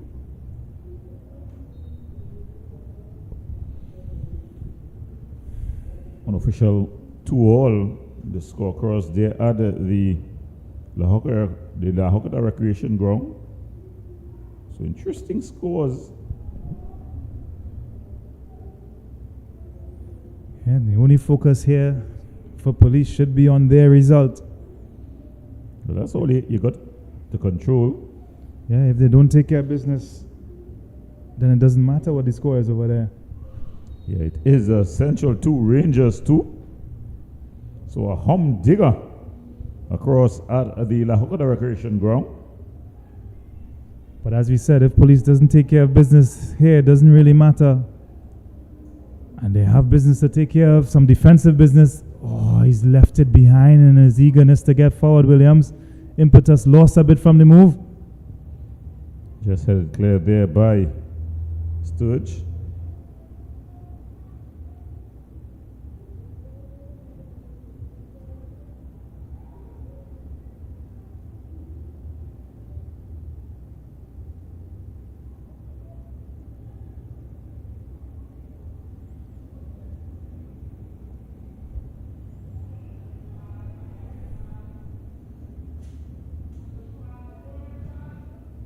Ball played through there. Jem Gordon. He's so dangerous from those sort of positions. But it's charged down.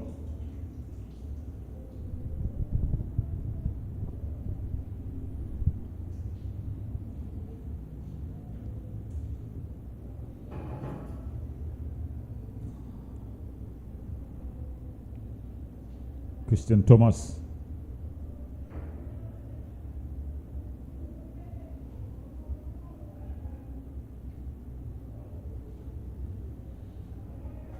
Watson. Still Watson. Out wider to Thomas.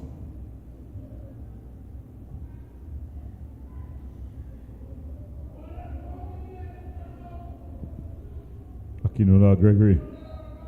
Goes down quite easily. But the referee says it's an infringement. Oh, he's in again behind. Williams. But then Michael Williams does just screens out. There's that threat from Kalen Williams again, running in behind. Every single time he does it, they're able to find him with a pass, and he looks threatening.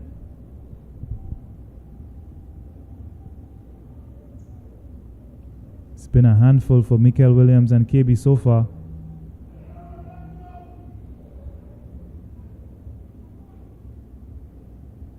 So, ball just banged upfield. Anywhere will do. So a bit of head tennis. But then coming away with it is a point Fortin. Morris. Just falling over on the ball there was that looked like Jeremiah Niles. It's not. Oh. And then it's given away cheaply here.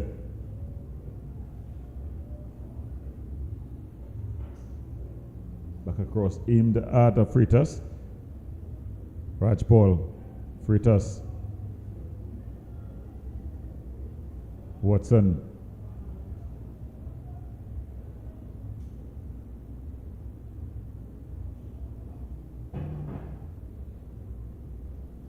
Sturge. Freitas to aim at, as well as Gordon. More back pass than a shot there by Joel Bailey. Very tame. Again, when your most advanced midfielder is the one who you usually depend on for the defensive stability, that tells you all you need to know about the very bizarre approach to this game that police have adopted. It's really gone to the dogs here when you look at the quality in advanced positions here by this police team. Ball just played through. It's going to go out. Again, we don't know what happens behind the scenes, but on the face of it, it looks unnecessarily conservative. If you are indeed, and they are indeed, needy about 3 points. Yeah, you're chasing a semi-final second place. You're up against the bottom of the table team. Yeah. How do you play three defensive-minded midfielders? Almost out-and-out defenders. I have coached Bailey, Simeon Bailey, and he plays defense for me. He plays stopper for me. Watson is an out-and-out defender. And Raj Paul, he's known more for his tackling than his shooting. Yeah, and that has amounted to the lack of chances they've been able to create in this first half. Well, Joe Lewis, he's gotten the goal. Goes back to Williams. Then add to that, you've gotten two defenders, who've not played in the last couple of matches. In Williams, ball across. Strong tackle, but he loses out. Thomas floats this one across. It's gone out. And they've deemed the ball to have gone out. Again, the camera is not in the best of angles, but you would think that it is a bit of a bailout here. Has it gone out? Has it gone out?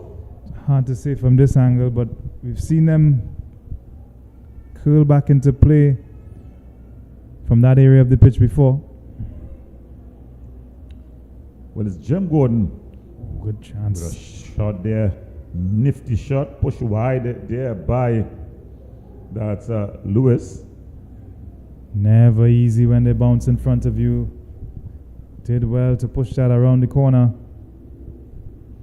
and away from danger.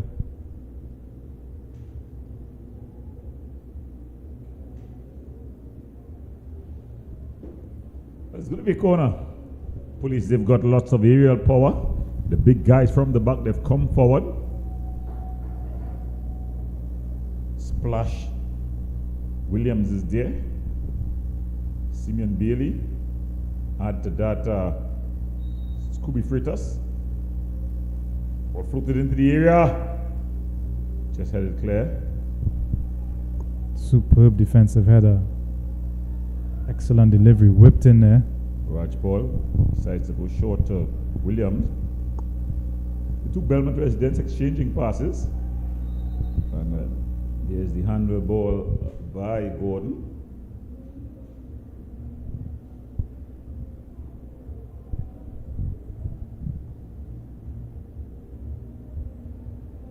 It's going to be Lewis.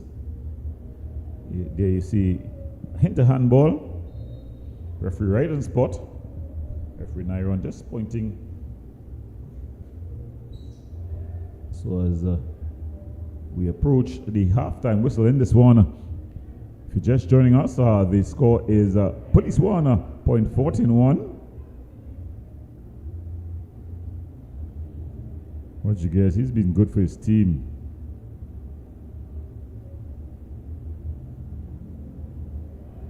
Williams just misplacing that pass. Watson back to Williams. Mikel Splash Williams finds Jem Gordon. And he goes back to Williams. So just exchanging passes there.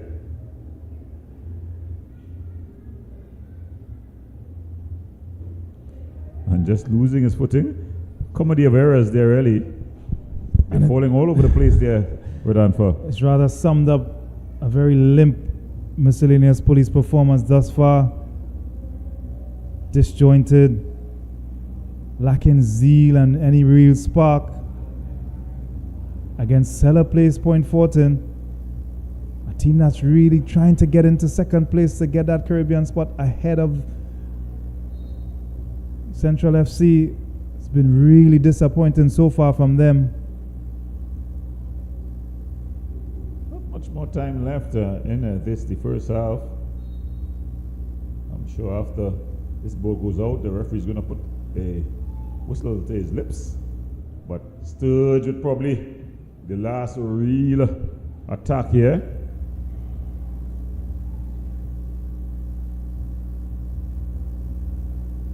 Ball played forward. Is there a goal late on in this half? Just flashing wide there. Akinola Gregory with the opportunity there. Ball threaded through. There's that run, that deep run in behind. Tight angle. Mikel Williams laboring, but maybe just was there. Just his presence forced Gregory to drag his shot wide, but a massive chance on the stroke of halftime. Not much time left in it. The referee would have said that there's 1 minute of added on time to be played.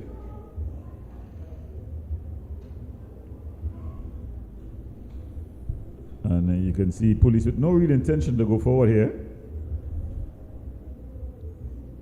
Kabi decides that he's gonna run forward, but then the referee decides that that is enough. So at the end of 45 plus, it's point one, police one. Rodolfo, your impressions of the first half? To be honest, Gordon, Point Fortin have been as good as police have been bad. It's been disappointing from their perspective, considering what they're chasing tonight in the final game of this league season. 1-1 at the end. They're sort of fortunate to still be on terms, but they'll have to improve and improve a lot to come out with the 3 points that they desperately need tonight. Well, we're going to the break. When we come back, we have a second of action right here from the Arima Village Room.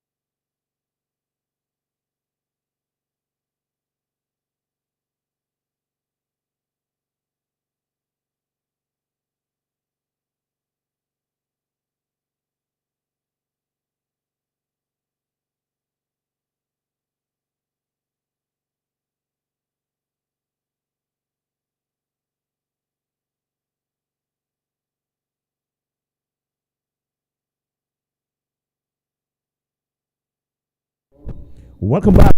Action continues here at the Arima Velodrome. We've got police. They are in maroon. They're up against Point Fortin. The scores at the half, one apiece. Rodriguez getting the go-ahead goal for Point Fortin. And then it was Joel Lewis who replied to equalize for the go-ahead goal for Point Fortin. Then it was Joel Lewis for police who was able to equalize. I'm going to play together with former national player Radanfa Abubakar. Radanfa, a bit of a strange first half by the police team. Yeah, take nothing away from Point Fortin. They have been positive, they've been lively, they've earned themselves the right to be in this game, to be on terms.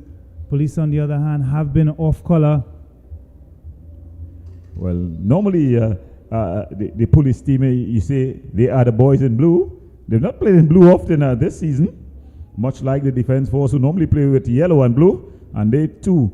So the two military teams, well, two of the military teams have played off color this season. One, though, the change of color have worked for them, running out to be unbeaten going into the last match day. The other team trying to follow them into the Caribbean Cup, but it looks like they'll have to settle for the Shield based on how things are going thus far. Yeah, as it stands, that's going to be their fate, but they have 45 minutes to change all that. Surprisingly, again, no personnel changes. They've gone back with the same team that they started the game. Early ball played wider. There must have been, surely, in that police dressing room, some choice words exchanged. Yeah, I would pay to be a fly on the wall in the police dressing room at the halftime. Yeah, the intensity, the desire has not been there at all today.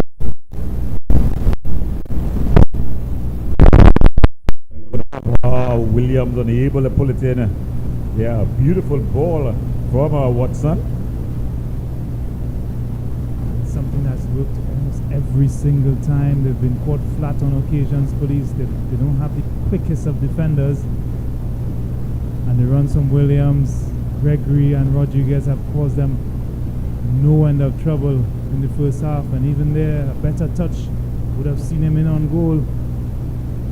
Kabi breaking the pass from Williams. Finds Raj Paul back to Kabi. He plays it up over. Scooby Freitas finds seems to be Joe Lewis. Freitas coming deep for that ball. He's not got many touches in the first half. Yeah, that right there, Gordon, is a symptom of the lack of creativity through the police midfield. Freitas having to come almost on his own half, on the toes of his own defenders to get the ball, because they haven't, police, been able to circulate that ball well enough, quickly enough, and advance it forward through their midfield. Not been able to bring the ball through the midfield. The two midfielders have cancelled out each other, and what is happening is that it's a big ball from the back of the Point Fortin team that's just catching the police backline out time and time again.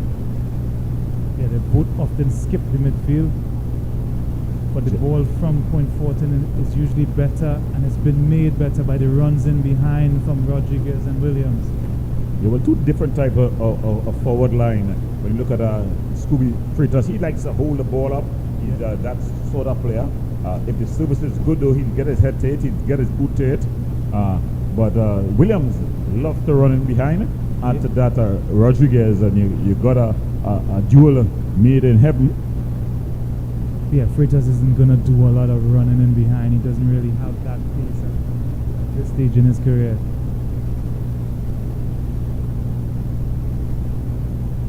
Gordon, I'm sure. Saturday night, Dana, a football match taking place there. Chokehold, all was missing was a flip. Big wrestling match there. But even that physicality that you normally get from police has been absent tonight also. Jim Gordon trying to restart things. And there Jim Gordon with a bit of a back pass to Mitchell. Raising his hand to accept that it's my bad. Yeah, put him in a lot of trouble there, and all he could do is put it out for a throw. Good decision, I suppose, in the end, but you wouldn't thank Jude Gordon for that back pass. Brent Plenty putting up his big screen.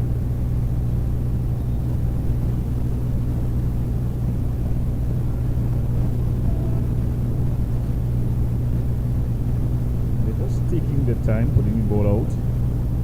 Of course, I'll make no more comments about that. What I'll make comments is that Michael Grayson, the secondary school legendary coach, he's passing by. Yeah, one of the many people who show their interest in local football. Not the only one, of course. Again, you make the football accessible. You ensure that the public knows about it. There is good interest in the games. But it must be advertised properly. It must be promoted in the right way. It must be applicable. You know, there must be some sense of ownership of the teams within the communities as well. For those on the 6th of June, the journey to World Cup 2026 continues. We're up against St. Kitts. A win there will guarantee us a movement into another stage. St. Kitts no walkover, that's for sure. It's going to be a real tough battle. They're playing for their life as well. Of course, if we win, we're guaranteed that progression into the final round of qualification. So there's no way St. Kitts are going to come here and give up that spot to us. It's going to be a difficult game. Got to fight and really battle. Yeah. Of course, we invite all the fans, local that is, to come and pack the stadium. Beat that 12th man. Trinidad and Tobago tackle St. Kitts on June the 6th at the Hasty Crawford Stadium.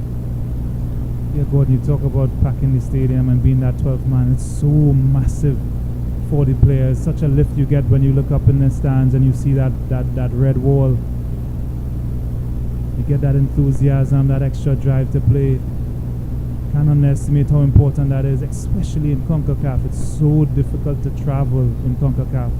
You must take advantage of your home games, and that crowd really gives you a big boost. Early one-time ball by Williams. Gregory putting with Nickel Williams under pressure. Shot there that's charged down. It falls to Gregory. Gregory trying to be cheeky, but he's up a bit. Bit of a lunge in there.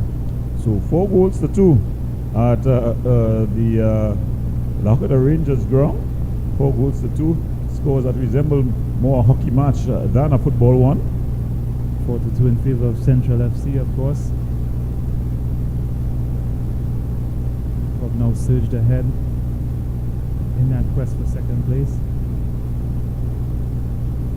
But Lahokada did manage to turn it around in the first half, so there is still hope for Police, if of course they turn this score around as well. Well, it's going to be a free kick, and it's going to be from just on top of the D. To settle things down, it seems like it's going to be nice.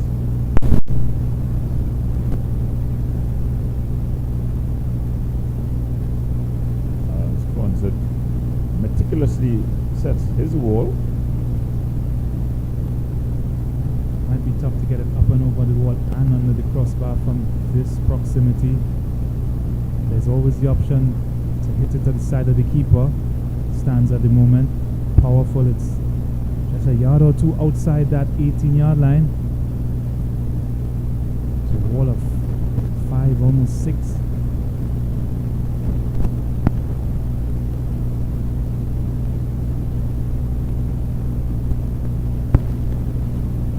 Be a big moment in this game.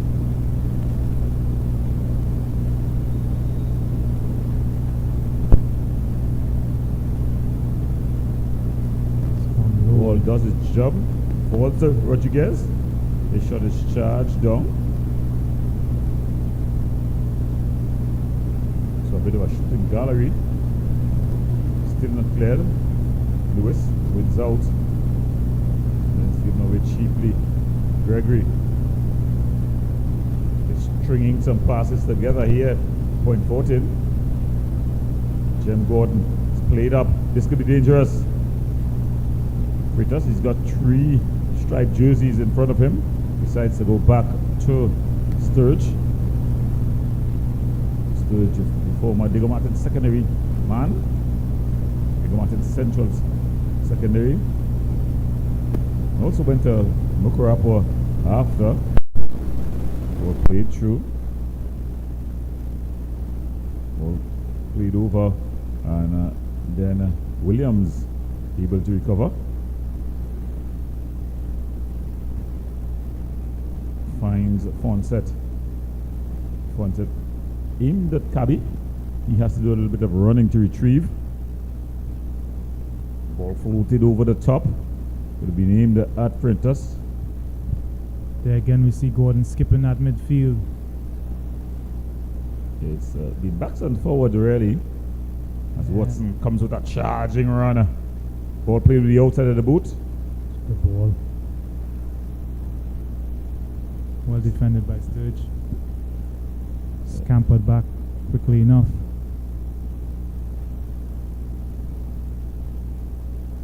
Early ball. Can Jem Gordon keep it in play? Can't. So it goes out and it's going to be a throw in here.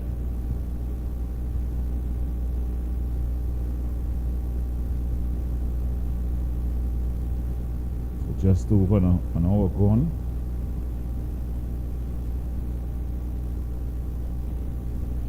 Police applying a bit of a pressure here now. But it's been what has happened? The Point Fortin team has just backed off. They're playing a lower line, so police are higher up the pitch. But then again, they don't go to the midfield. It's going long from the defenders straight into the attackers. Bailey, one of the few times we've called his name in the second half. Going for a bit of a run here. Yeah, and with that deeper line, anything overhit straight into the arms of Lewis. So, yes, they may have possession, but not in threatening areas. Christian Thomas, the early ball into the hands of Lewis. Arrowed in there. Good clean hands from Lewis and a good service. Oh, he tested here, KB, and just managed to hold his attacker off. Yeah, that was Williams. Yeah. It's got a little bit more size. He would say it's muscle. The physio might just be forced to disagree.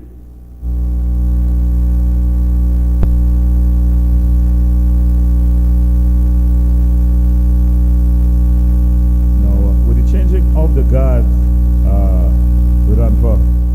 you know, it's this year 2025, 3 seasons past COVID, you've seen a number of the more mature players just leaving the game one by one. Young stars on the rise with that. Yeah, it's inevitable. You can't play forever. The athleticism required to play the game at the top level is greater now as well. And as you get older, the recovery time is a lot more. So it's inevitable that you have to leave space for those younger guys. Japlote and their young crop of players have shown that some of them would be capable in a season or two to fill the large boots of players like Mitchell, who have left this year, and others. Well, it's the offensive brigade for the police that are about to enter. Therese Bailey, number 7. After that, Jabari Mitchell, number 10. And then Kareem Hutchinson. So they've cast the die here. As being withdrawn is Xavier Rajpal. Bailey is also going off. Lewis. And Joel Lewis. So Rajpal decides they've made a switch, so Rajpal stays on. So it's Jem Gordon, who's also made his exit. And the three more attacking-minded players who we thought might have started a game where they really needed the 3 points, they've been introduced. So police have called for reinforcements here. Yeah, back up is the call.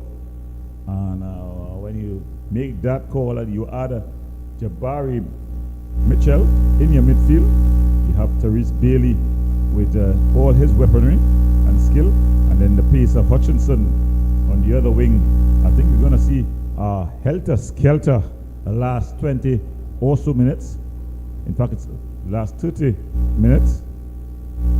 So that change coming on the hour mark.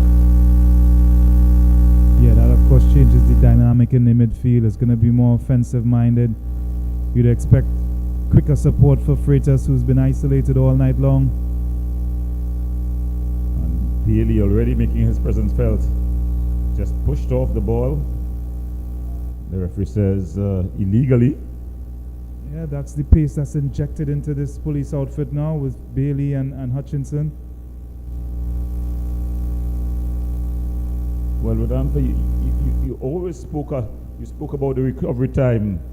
I think the athleticism, especially in a league like the Ttpfl Tier 1, no disrespect to them, you could manage as you get older, probably closer to 40, but I think the recovery time is really the breaking point.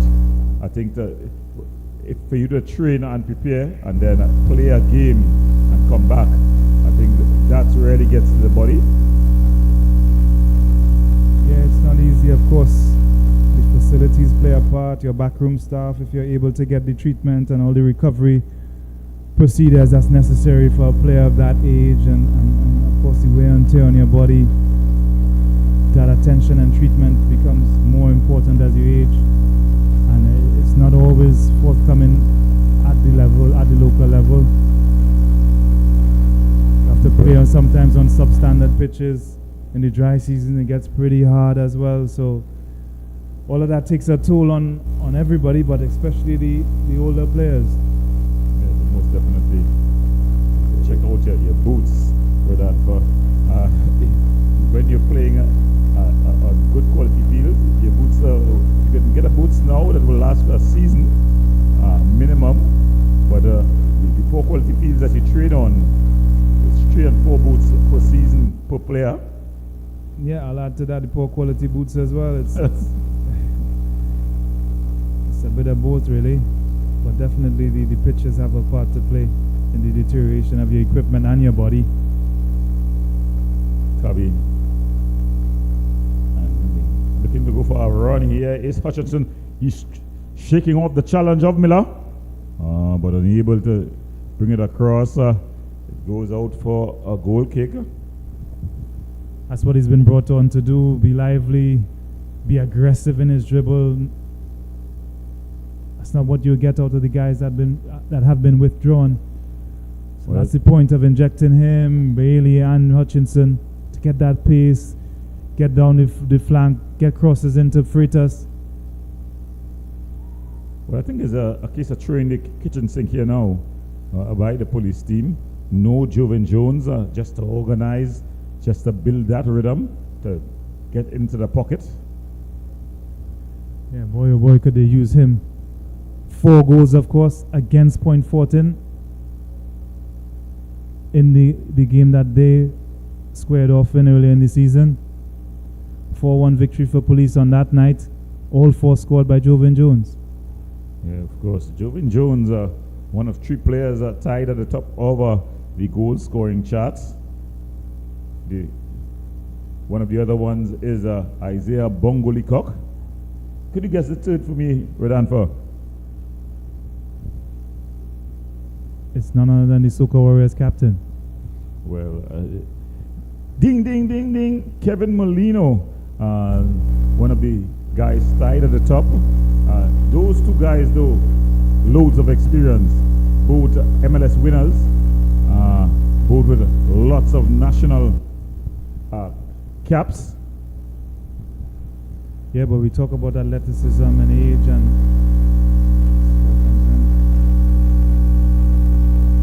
as well as they have done in their MLS careers. I reckon it's simply a case of they not even being able to keep up athletically, and that's why they've. And that's a beautiful finish. What a finish. Hutchinson, he's been brought on to do just that. No goal, no problem. Hutchinson with the finish. Police, they go up 2-1. Yeah, justifying his introduction. That's why we thought that he along with Bailey would have started this game to give them that attacking impetus. Lovely turn and finish with his left foot as well into that far corner. Yeah, Terrence Lewis cuts a really poor, sobering look as the police team was the high trap from the police team. Way too much time and space on top of the box. Fresh legs, got to step on what would have been up to that point a resolute point forth in defense. This time really they've allowed that amount of space on top of the area. It needs a pay.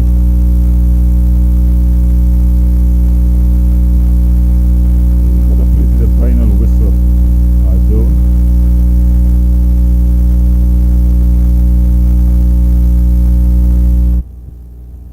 as there we have a look at one of his runs. That was Hutchinson with the run there. That one going over.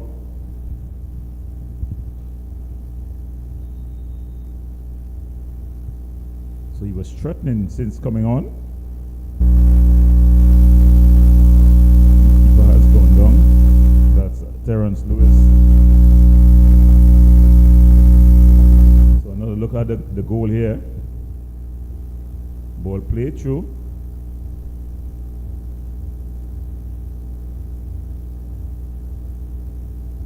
Played wider.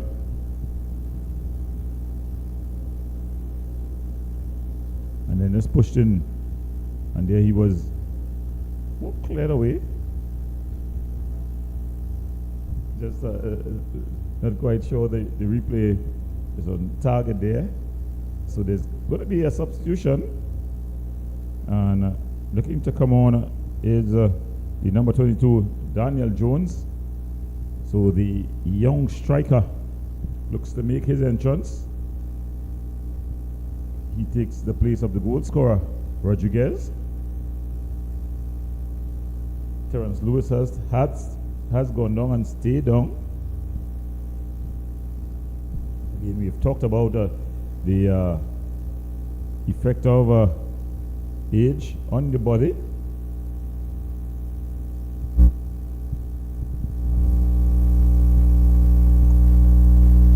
Yeah, no substitute keeper on the bench as well, so he's gonna have to soldier on, or an outfield player's gonna have to go and goal. Looks to be struggling here though.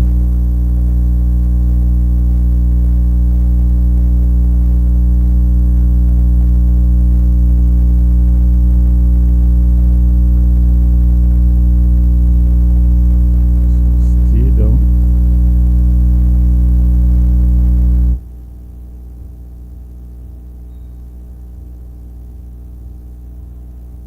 So there we have a look at the goal here again. It was a misplaced pass, intercepted, played into Hutchinson, one to take, the other to turn and finish into the far corner.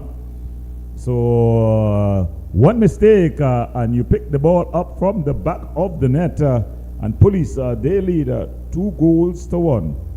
Way too much space afforded to him at the edge of the area. They all backed off and probably was hoping the other would challenge for the ball. It never came, and they left Terrence Lewis a sitting duck really.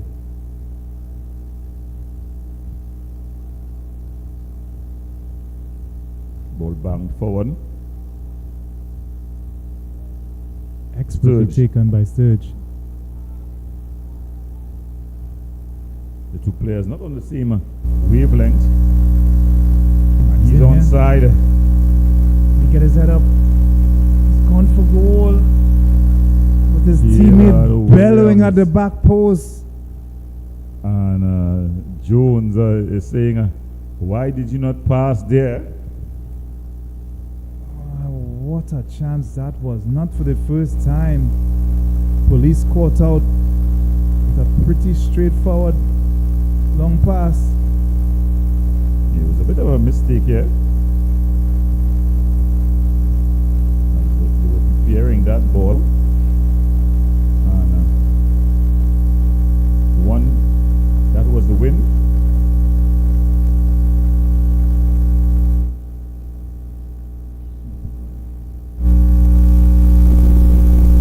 Chance to get back on terms. Surely you think he would square it there. Opted to shoot. He went for glory there. Dragged it wide. Sigh of relief for Fonset. And that out of sync police backline. We saw Williams just giving up on the chase. He didn't even attempt to recover.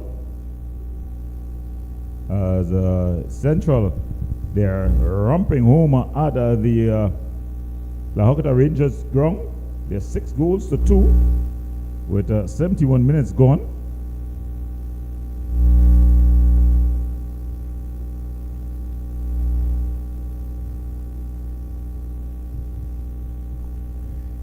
Yeah, that slim chance of police leapfrogging Central. It's more and more distant dream now.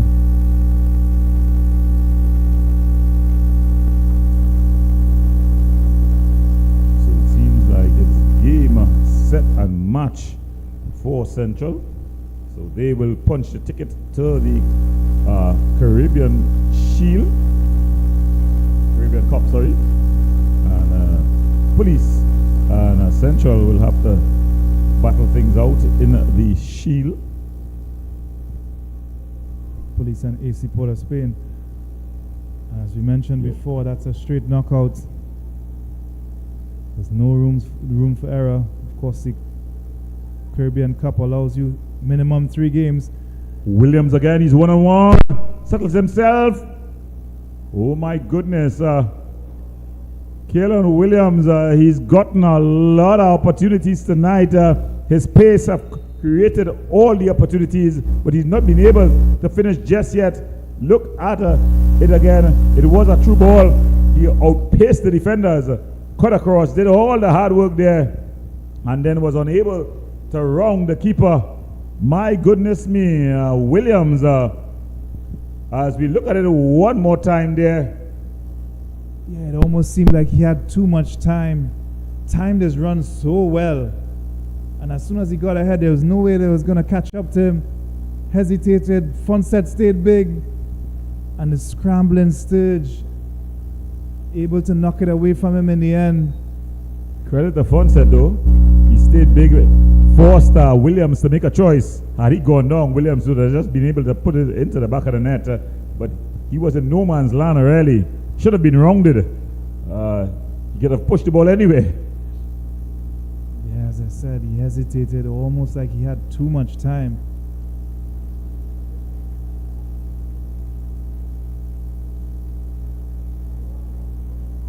How many times has that police backline have been caught out tonight? Well, they're slow and they're really struggling. Brent Plenty able to win throwing for his team there. Gordon, it's not even about pace or lack thereof. It's just about positioning and anticipation. Yeah, it's simply, well, you know the basic law as a defender. If there's pressure on the ball, you could play high and close. If there's no pressure, you got to pull off. And that ball just it's gone into the back of the net.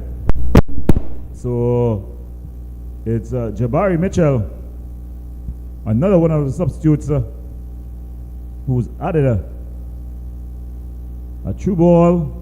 Mitchell, yeah, able to put it into the back of the net. Police, they're running away with this one. You missed at one end, you made to pay at the other. Police, they lead 3-1. Yeah, caught out there. Little slide rule passing. Good run from Mitchell. Able to scoop it over the advancing Lewis. And completely finished it despite the desperate attempt from Trim. And Point Fortin have dug themselves a hole here. Punished for not putting away their chances on the other end. And as you say, another of the substitutes that we expected to see from the start tonight has made the difference once more. Well, it's worked. So, credit to the coach. If you had your backup waiting, just in case that the starters didn't get the job done, and they've come on and both, two of them have scored. Just Therese Bailey to affect the game thus far.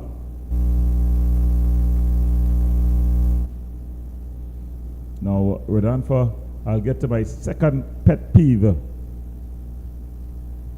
4 stadiums in use. Let's say 5 grounds in use all season, mainly 3. How many times have we seen the ball going into the back of the net and gone through the back of the net, Rodolfo?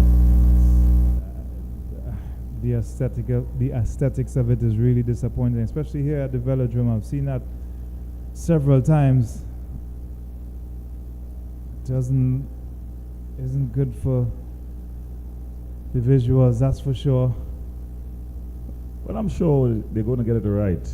That's why I just like to mention it, because I think that as we go carry football forward in 2025 into 2026, I'm sure these are the little things that we're going to tick off and ensure that all is well going forward. Yeah, the important question to answer there is who's responsible for some of these little things. Is it the league? Is it the home team? Well, the league has taken away those responsibilities from the home team. A number of the clubs were jubilant at that.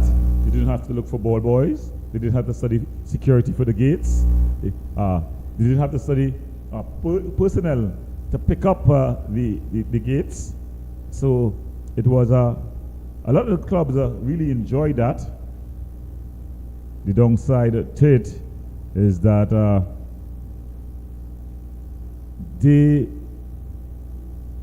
just lost the responsibility that is involved Rodolfo. So as you said, there is Bailey trying to affect the game, and then looking to finish there was Freitas. Okay, but Gordon, if they've taken the responsibility away from the clubs, then certainly the onus is on them to now discharge that responsibility, which in too many instances it seems they have not.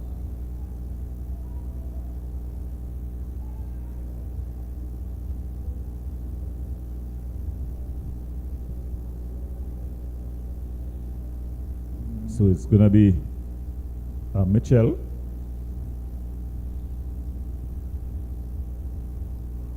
Bailey. So they're beginning to play the rondo here now, just knocking the ball around police.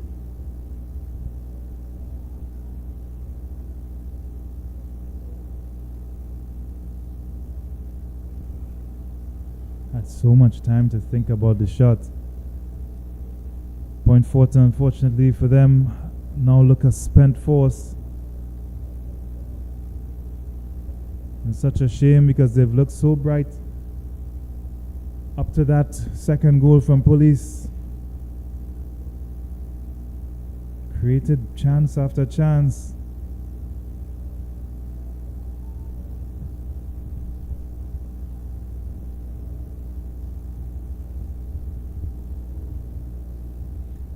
And you can see the Point Fortin team in no hurry to take this goal kick. So there's definitely a sign that the call is no mass, no more, no more. So as they get into the final 10 minutes, I think Point Fortin has decided that that's all for tonight, folks. One set, just rolling it out, Kabi. Watson going back to Ponset. Bit of a bubble. He's able to find Sturge wider. Sturge going for a bit of a run. Finds Bailey. There is Boy Bailey. That's a ball play through. Ali, who's just introduced for Freitas, he's gone out on the right side, just trying to make that run in behind the Point Fortin defense. Just going a little bit too early.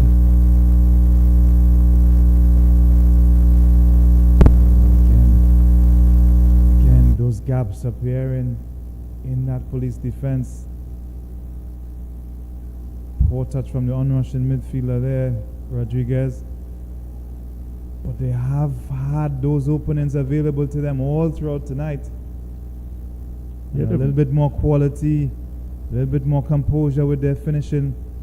They could have at least been level here. Yeah, they could have come out with a point, definitely. Hutchinson. Raj Paul.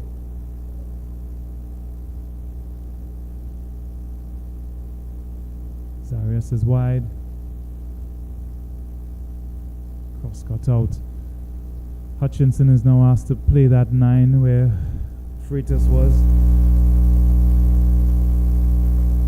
His game is usually to drop in, often plays out wide. He rather much prefers to run at defenders than have his back towards them. Oh, he's going to get himself in a card. That's Gabi. Poor defending. Misread the bounce. He had no cover, so that was his only resort. Talking to Ola Gregory, who was off to the races.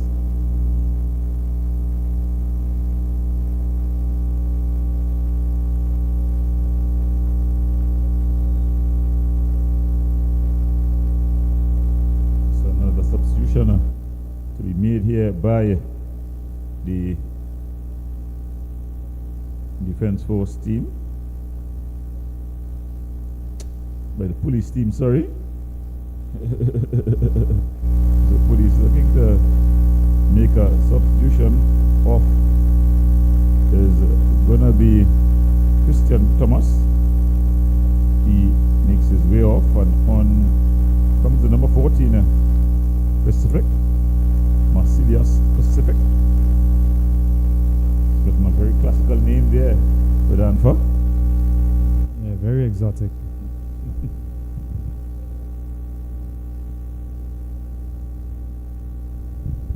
So this one just a winding down here really. Under 5 minutes to play.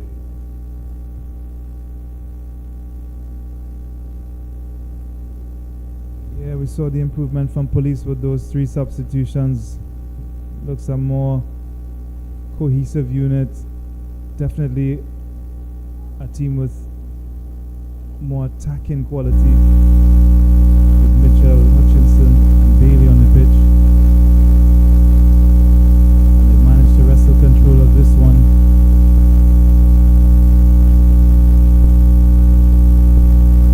Not without their moments though, Point.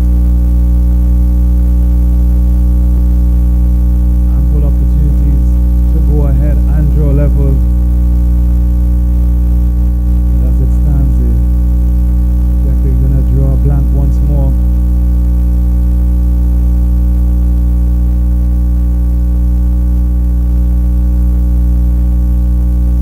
Young Jones trying to make an impact. Still Jones. Jones with a shot. Straight in the hands of goalkeeper Fonset. So young Daniel Jones showing that there's still signs of life. Good strong run from him. Arrowed his shot in, kept it low. Well handled by Fonset.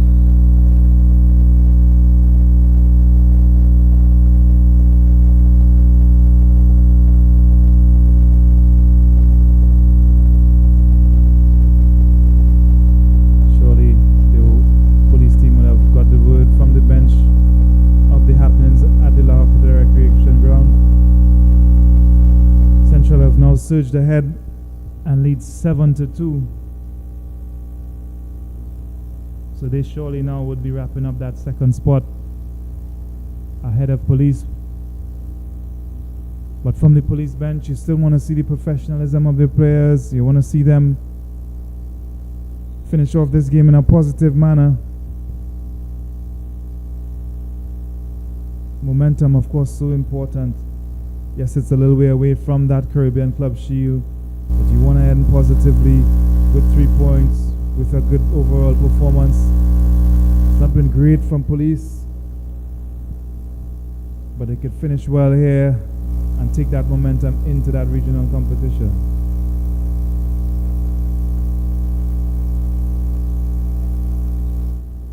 So the bum ball, Fonset will just take his time. And just rolls it short to Raj Paul. Finds Kabi. Back to Raj Paul. To Barry Mitchell. Putting on the roly-poly. Brought down illegally, says the referee.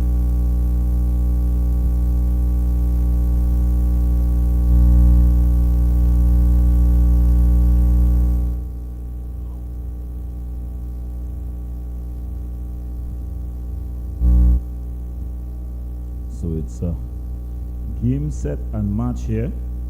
Not much more time left in this one. The last match for these two teams, and it's a tale of two cities. We're on for Point Fortin. They've definitely not come to the dance this season, finishing bottom of the table.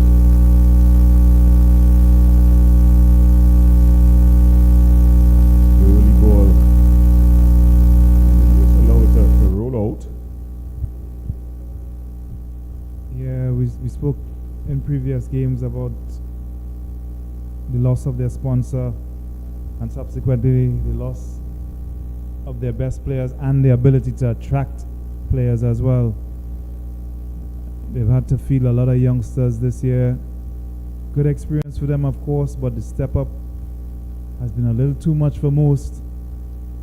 And there have been some bright sparks, and Niles and of course Williams. Trim has been solid at the back. Goalkeeper Lewis, despite conceding close to 50 goals, has been good in goal. But they haven't had the quality to compete week in, week out. When you look though, no real coach on the bench. Look at the backroom staff. What does Point have to do to get back in the mix next season? As with every team, they must invest in their players, invest in their facilities, invest in their training regime. They must prepare properly for these long and tedious seasons. It's not just a sort of pickup team where you just show up and things happen for you. You must prepare well, recruit well, have a good regime leading up to this league season. Well, there are two. One is an army adage and one is an old school adage. Is the battle is won or lost in the preparation, and the other is if you fail to prepare to fail.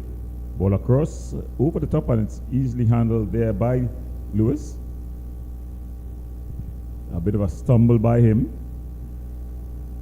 He'll take his time and walk around with it, and then bangs it as far away as possible. Kabi with the good defensive header there. Williams, though, he's been a continued runner. But he's not given up. No, we keep mentioning him as one of the bright sparks in this Point Fortin team. They'll do well to hold on to him for next season.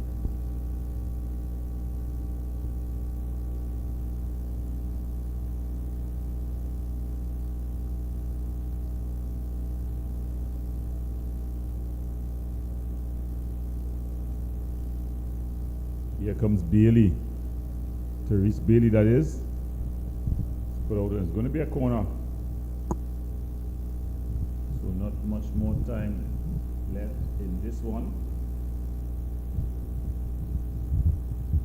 Referee Nyron may just be looking at his watch. He does so he'll see that 90 minutes is up. Driven across. Watson with a shot. Well saved there by Lewis.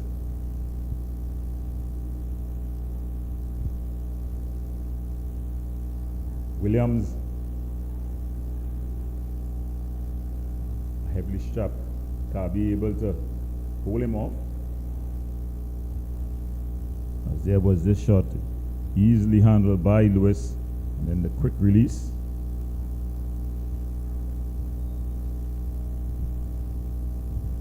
Infringement.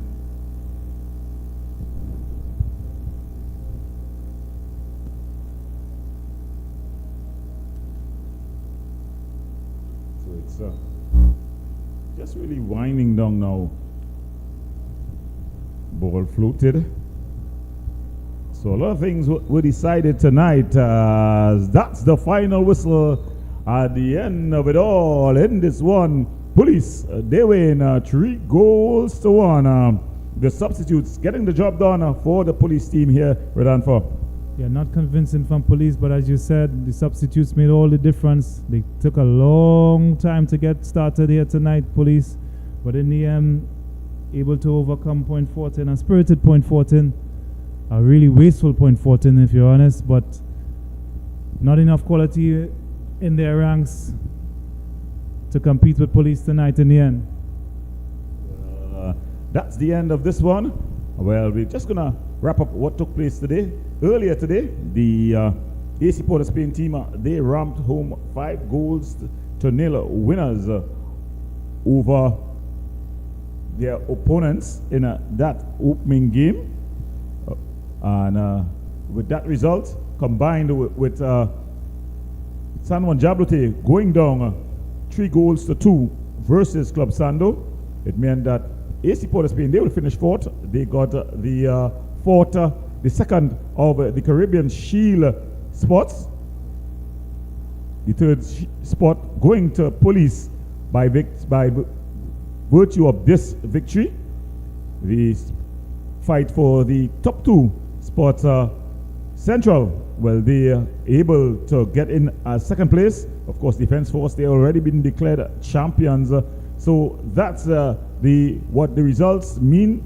Redanfor, any closing thoughts? No, strong end to the season from Police. 8 games unbeaten to end their season. A bit too late to get started in their season as well, but they did well to claw their way back into contention for these regional spots, and I think satisfactory overall, I think, for them to still be involved in the Shield. 3rd place for them. AC Port of Spain salvaging their season as well with a 4th place finish. Leapfrogging San Juan Jablote at the finish line. Well, from all of us here, I want to thank you for viewing another edition of another production from Wave TV as we continue to bring you all things sport. So from us all, I want to wish you good night and be safe.